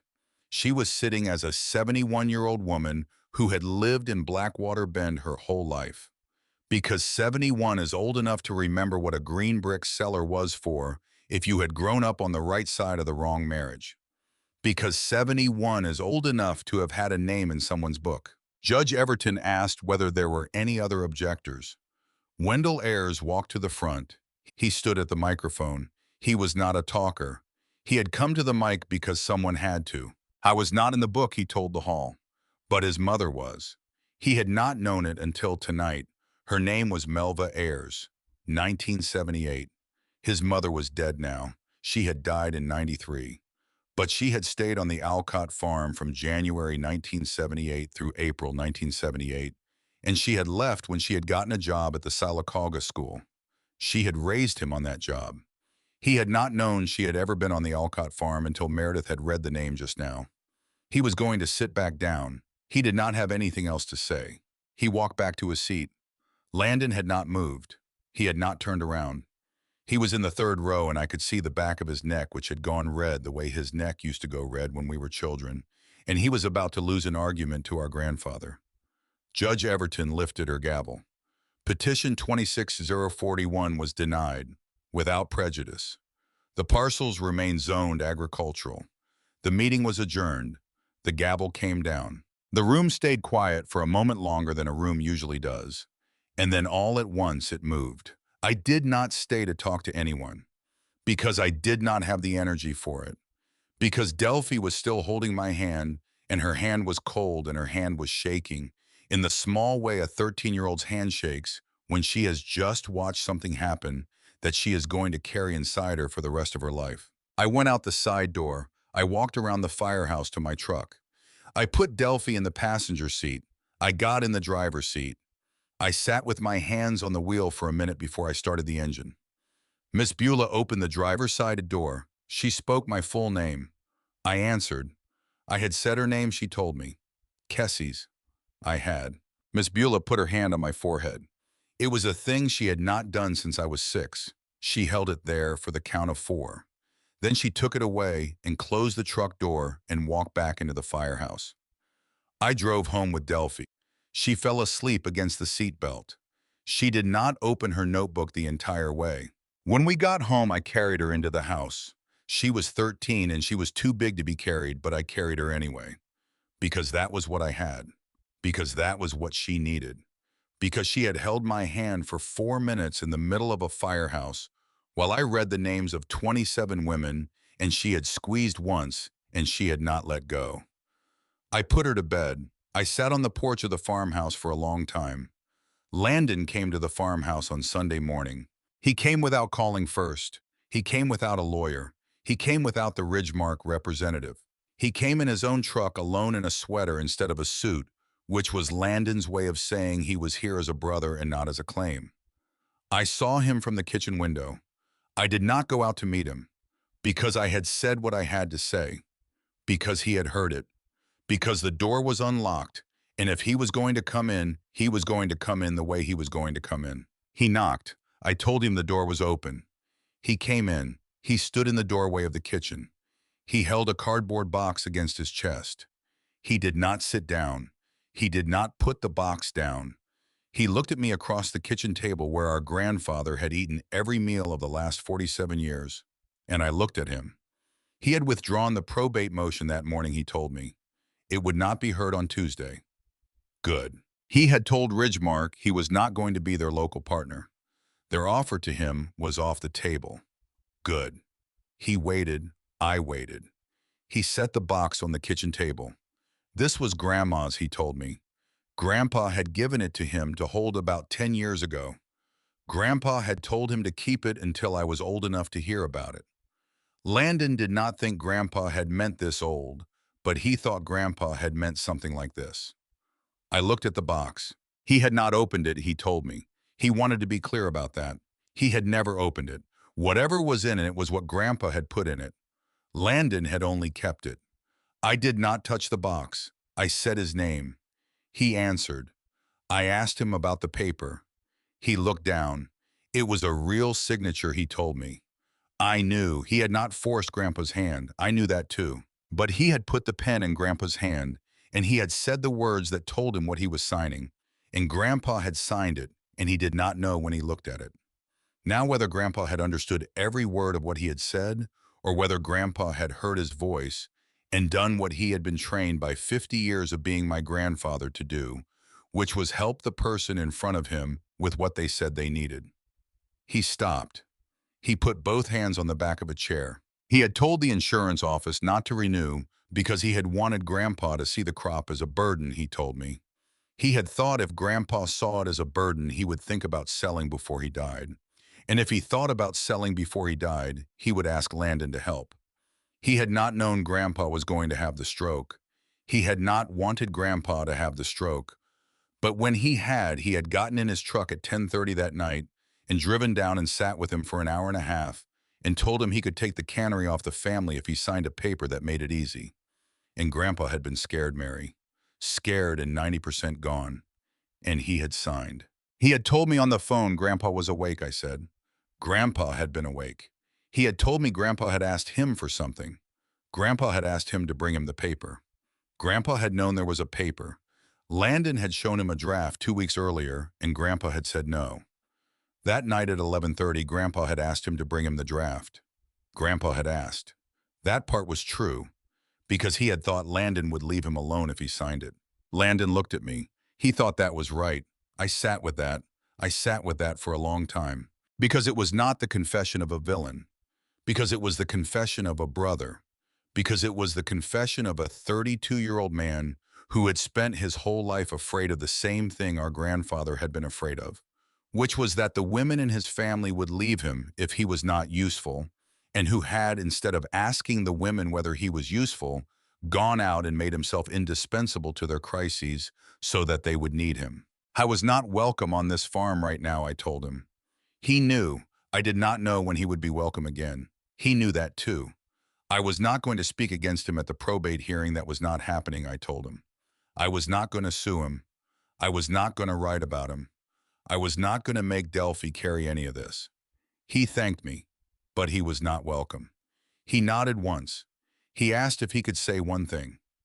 One. He had been wrong. He told me about what strong looked like. He turned. He walked out of the kitchen. He got into his truck. He drove away.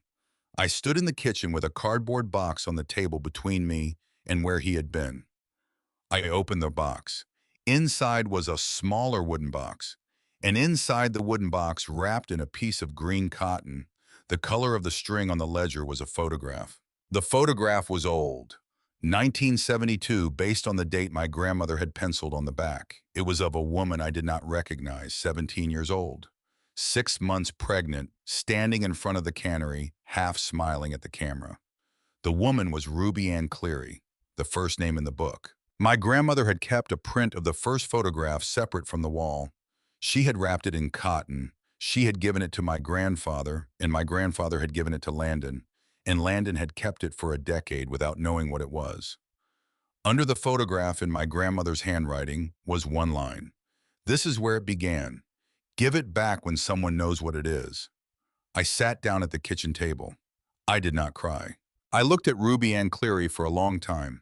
Because she had been 17, because she was, if she was still alive, 71 now, teaching second grade in Selma, according to my grandmother's most recent entry, which had been written in 1997. I would find her, later. It would take a phone call to a school in Selma, and then 2 more phone calls, and then a letter, and then a phone call back, and then a Saturday drive across 3 counties in April, and I would sit in her kitchen with the photograph, and I would give it back to her, and she would cry, and I would cry, and Delphi would be there, and Delphi would draw the kitchen we sat in. But not that day. That day, I put the photograph back in the wooden box. I put the wooden box back in the cardboard box. I put the cardboard box on the top shelf of my grandmother's pantry where the light did not reach, because it was going to live there for 4 weeks until I was ready to make the drive, because some inheritances need time to warm up. Then I went out to the porch and I sat with Delphi until the sun went down. 90 days later, on a Wednesday afternoon in June, in the family courthouse in Selacauga, in front of a woman named Judge Perlette Farrow, I signed the papers that made Delphi Rowe Alcott.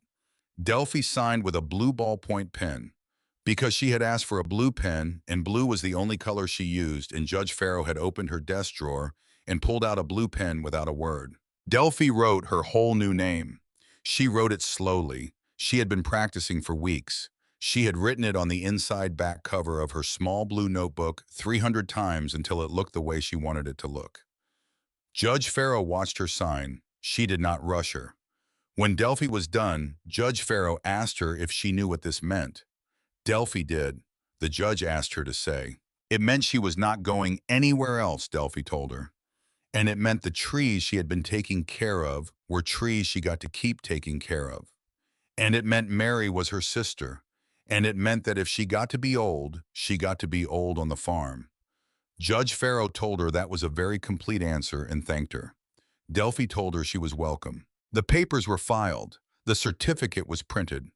Delphi held it in both hands, walking out of the courthouse. She did not let me hold it. She did not let Miss Beulah hold it, and Miss Beulah had driven us all up in her truck. Delphi held it. She held it in her lap the whole way home. She held it while we crossed the bridge that evening at sunset, all three of us, one behind the other in a line. That night in the cellar, I opened the ledger to the entry for Delphi Rowe. I picked up the pencil. I drew a small line through the word Rowe. I wrote in the margin, Rowe Alcott, June the 17th. I closed the ledger. I taped the Polaroid of me, the one Delphi had taken of me on the night we first opened the cellar, to the wall in the empty spot next to Delphi's picture. The last of the 29. I wrote under it in pencil in the same hand my grandmother had used, Meredith Louise Alcott. 29th, age 20. Came home to sit with him, stayed. Then I climbed the 6 steps. I closed the hatch. I put the mat back over it. I turned off the light. That was in June. In September, we had the harvest supper. Miss Beulah organized it, because Miss Beulah organized every harvest supper the Alcott farm had ever had, going back to the year she had started as field manager in 1996. This was her 30th. She insisted the barn be swept twice. She insisted the tables be built from the retired sorting boards. She insisted that Amos not be allowed near the microphone until after the meal was served, because Amos given a microphone before food would sing all night and no one would eat. The supper was on a Saturday, late September. The last of the harvest was in the cold room. The Coyle Fruit Company contract had been fulfilled. I had renegotiated it in April using leverage. I had not had a year earlier, which was the leverage of a woman with 3 acres of frontage on a road they needed. The direct sales window had cleared just over $18,000 for the season. Not enough to make anyone rich. Enough to pay 6 people fairly for 8 months of work, and to pay a 20-year-old woman a modest salary for the first time in her life, and to keep the operating note current, and to set aside enough for the roof of the farmhouse. Aunt Helene came. She drove up from Charlotte in a rented car. She brought a casserole. Uncle Boyd came. He wore the same jacket he had worn to the reading of the will. It still did not fit across his shoulders. He did not care.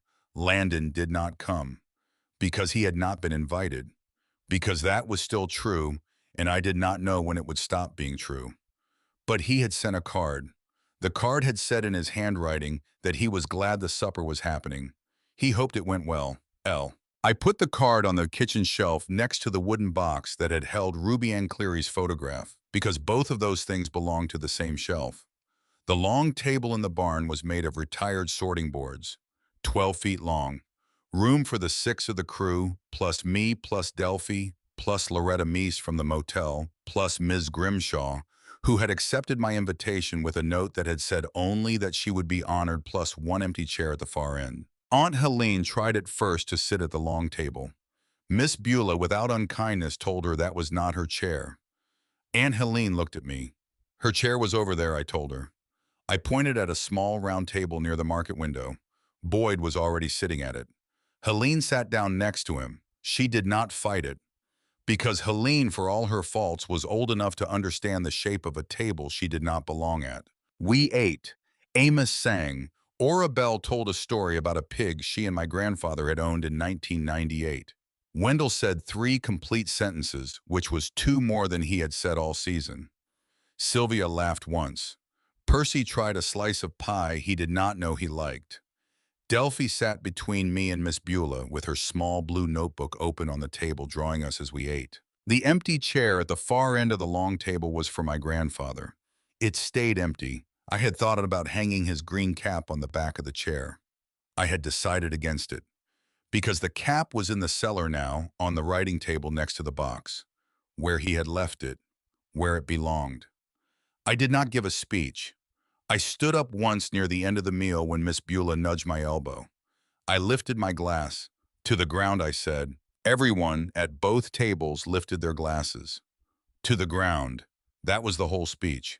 We opened the Alcott Refuge on the 1st of March, 6 months after the supper, on a morning cold enough that the frost pattern on the packing barn window looked like a map of a country nobody had named yet. 3 girls arrived that first day. The first was Junie. She was 17. She had come out of the foster system in Sylacauga 3 months earlier. She had been living in a group home. She had brought 1 suitcase. She wore a coat that had been given to her by the group home and boots that had been given to her by a stranger at a church, and she stood at the near end of the bridge and looked across it for a long time before she stepped on the first plank. The second was Marley. She was 22, which was 3 months older than I was. She had been in and out of a bad situation in Anniston for 3 years and had been referred to us by a shelter director who had heard from someone who had heard from Orabelle that there was a program at the Alcott farm now. She wore a sweater that was too big for her, which she had bought at a thrift store because she had left her apartment with a paper bag. She walked across the bridge without stopping. She had, I would later learn, walked across worse. The third was Kessie. Her name was Kessie. I do not know what I did with my face when the coordinator read her name off the intake list. Miss Beulah, who was standing beside me, put her hand on the small of my back and left it there. Kessie was 15. She was from Mobile. She had lost her mother 11 months earlier. She had lost her placement 6 weeks after that. She had a sister who was 12, but the sister was in a different placement in a different county, and Kessie had not been allowed to see her since November. Miss Beulah's hand did not move. It was not the same girl, she told me quietly. It was a common name. My grandmother had named a girl for her in the ledger in 1989, a different Kessie who had stayed the summer and was a nurse in Huntsville now. This one was not a warning. This one was a return. I did not answer, because I did not have a word for what I was feeling. Because Kessie Bledsoe had been in the ground for 38 years, and my grandfather had asked me on a cassette tape in a bedroom I had cleaned out in April to say her name in a room, which I had done, which had ended one thing, and which had in some way I did not understand and did not need to begun another. I went down to the bridge to meet the 3 of them. I introduced myself. I was Mary Alcott. This was my farm. This was Delphi, my sister. This was Miss Beulah, our field manager. That woman on the porch was Orabelle, who ran the sorting. They would meet the others tomorrow. There were 6 of us who worked here full-time, and them 3 and 1 more girl arriving next week. That would make 10. We ate supper together on Sundays. School was 15 miles down the road. The bus stopped at the end of our gravel lane. I asked if any of them had questions before I showed them where they were sleeping. Junie shook her head. Marley wanted to know how far the nearest town was. 3 miles. There was a diner, and a post office, and a hardware store. If they needed anything else, we drove to Sylacauga. Marley nodded. Kessie wanted to know if the bridge was going to hold. I looked at her. She was 15. She was standing on the near end of a bridge that had a missing plank, and she had been paying attention. The bridge had held for 78 years, I told her. It had a missing plank at 46. She stepped over it.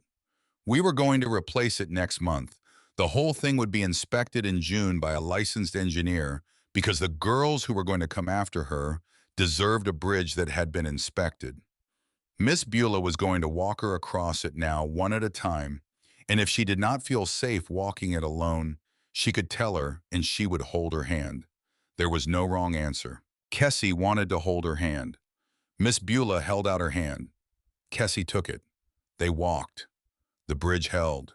Marley went next. She did not hold anyone's hand. She stepped over plank 46 the way Delphi had stepped over it in the second week of my grandfather's absence, which is to say without looking down. Junie went last. She stopped in the middle of the bridge. She stood there for what I later learned was 38 seconds, which was 2 seconds shy of my own first crossing. She looked down at the creek. She looked up at the cannery. She looked back at me. And then she kept walking. That night I opened the ledger in the cellar. I wrote on the first line after the entry for Meredith Louise Alcott, Junie Cabot. 30th, age 17, arrived March the 1st, program. Marley Dax, 31st, age 22, arrived March the 1st, program. Kessie Wren, 32nd, age 15, arrived March the 1st, program. I closed the ledger. I did not put it back in the box. I set it on the writing table open to the page with the 3 new names, because the book had lived in the box for 47 years, and I was going to put the book in a box again. But not tonight, because tonight the writing was fresh and the writing needed the air. I climbed the 6 steps. I closed the hatch. I turned off the light. I stood at the near end of the bridge one last time before I walked back to the farmhouse. Delphi was on the porch of the far cabin drawing in her small blue notebook. She had grown 2 inches over the winter. Her wrists came out of the sleeves of her coat now. She had that morning asked me to teach her how to sharpen loppers, and I had said yes, and she had asked when, and I had said Saturday, and she had written Saturday loppers in the notebook. Miss Beulah was in the packing barn showing Junie how the ledger of the direct sales window worked. Orabelle was in the cabin kitchen with Kessie teaching her to boil water for eggs, a way that would not crack the shells. Wendell was under the hood of the tractor with Marley standing beside him watching. Marley had not said she wanted to learn about engines. She had said she wanted to stand where she could see everything at once, which was the same thing. Sylvia was in the office with a legal pad updating the payroll to include 3 new stipends. Amos was somewhere singing. I looked at all of it. I understood standing at the near end of the bridge in the cold March light that I had not saved a farm, because a farm is a place, and my grandfather had not left me a place. I had left me a hinge, a door, away from one side of a fissure in the Piedmont clay to the other. A book, a room, a tape, 27 names, then 28, then 29, then more. He had left me the practice of opening the far door for whoever crossed. I walked back to the farmhouse. Delphi caught up to me halfway. She fell into step. She did not take my hand because 13-year-olds do not take hands, but she matched my stride, which was from Delphi Moore. She said my name. I answered. She had put my picture on the wall. I stopped. Which wall? She looked at me with the small, still expression she had worn since I met her, the one I knew. She kept walking. I stood on the gravel road for a moment, because she had taken the Polaroid I had left on the writing table for 6 months, and she had taped it to the wall in the northwest corner of the cellar next to hers. And she had done it without asking, because she had earned it, because we had. I caught up to her. Somewhere behind us, 3 girls I had met that morning were learning to boil water to sharpen loppers and to stand where they could see everything at once.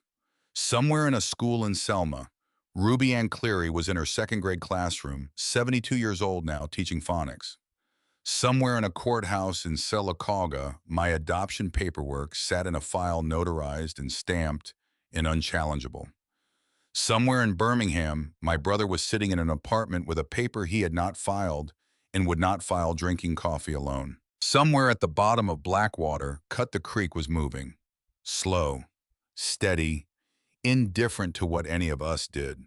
The bridge was going to be inspected in June. The plank was going to be replaced next month. The book was going to keep filling. The names were going to keep being said out loud in a room I would build for the saying by whoever came after me. If you have watched to the end of this, you have watched a long time. So I am going to speak plainly. My grandfather did not leave me a farm. He left me a list. 27 names and asked me to add mine. I am the 29th. Delphi is the 28th. There will be a 30th. There is a 30th. There is a 31st and a 32nd.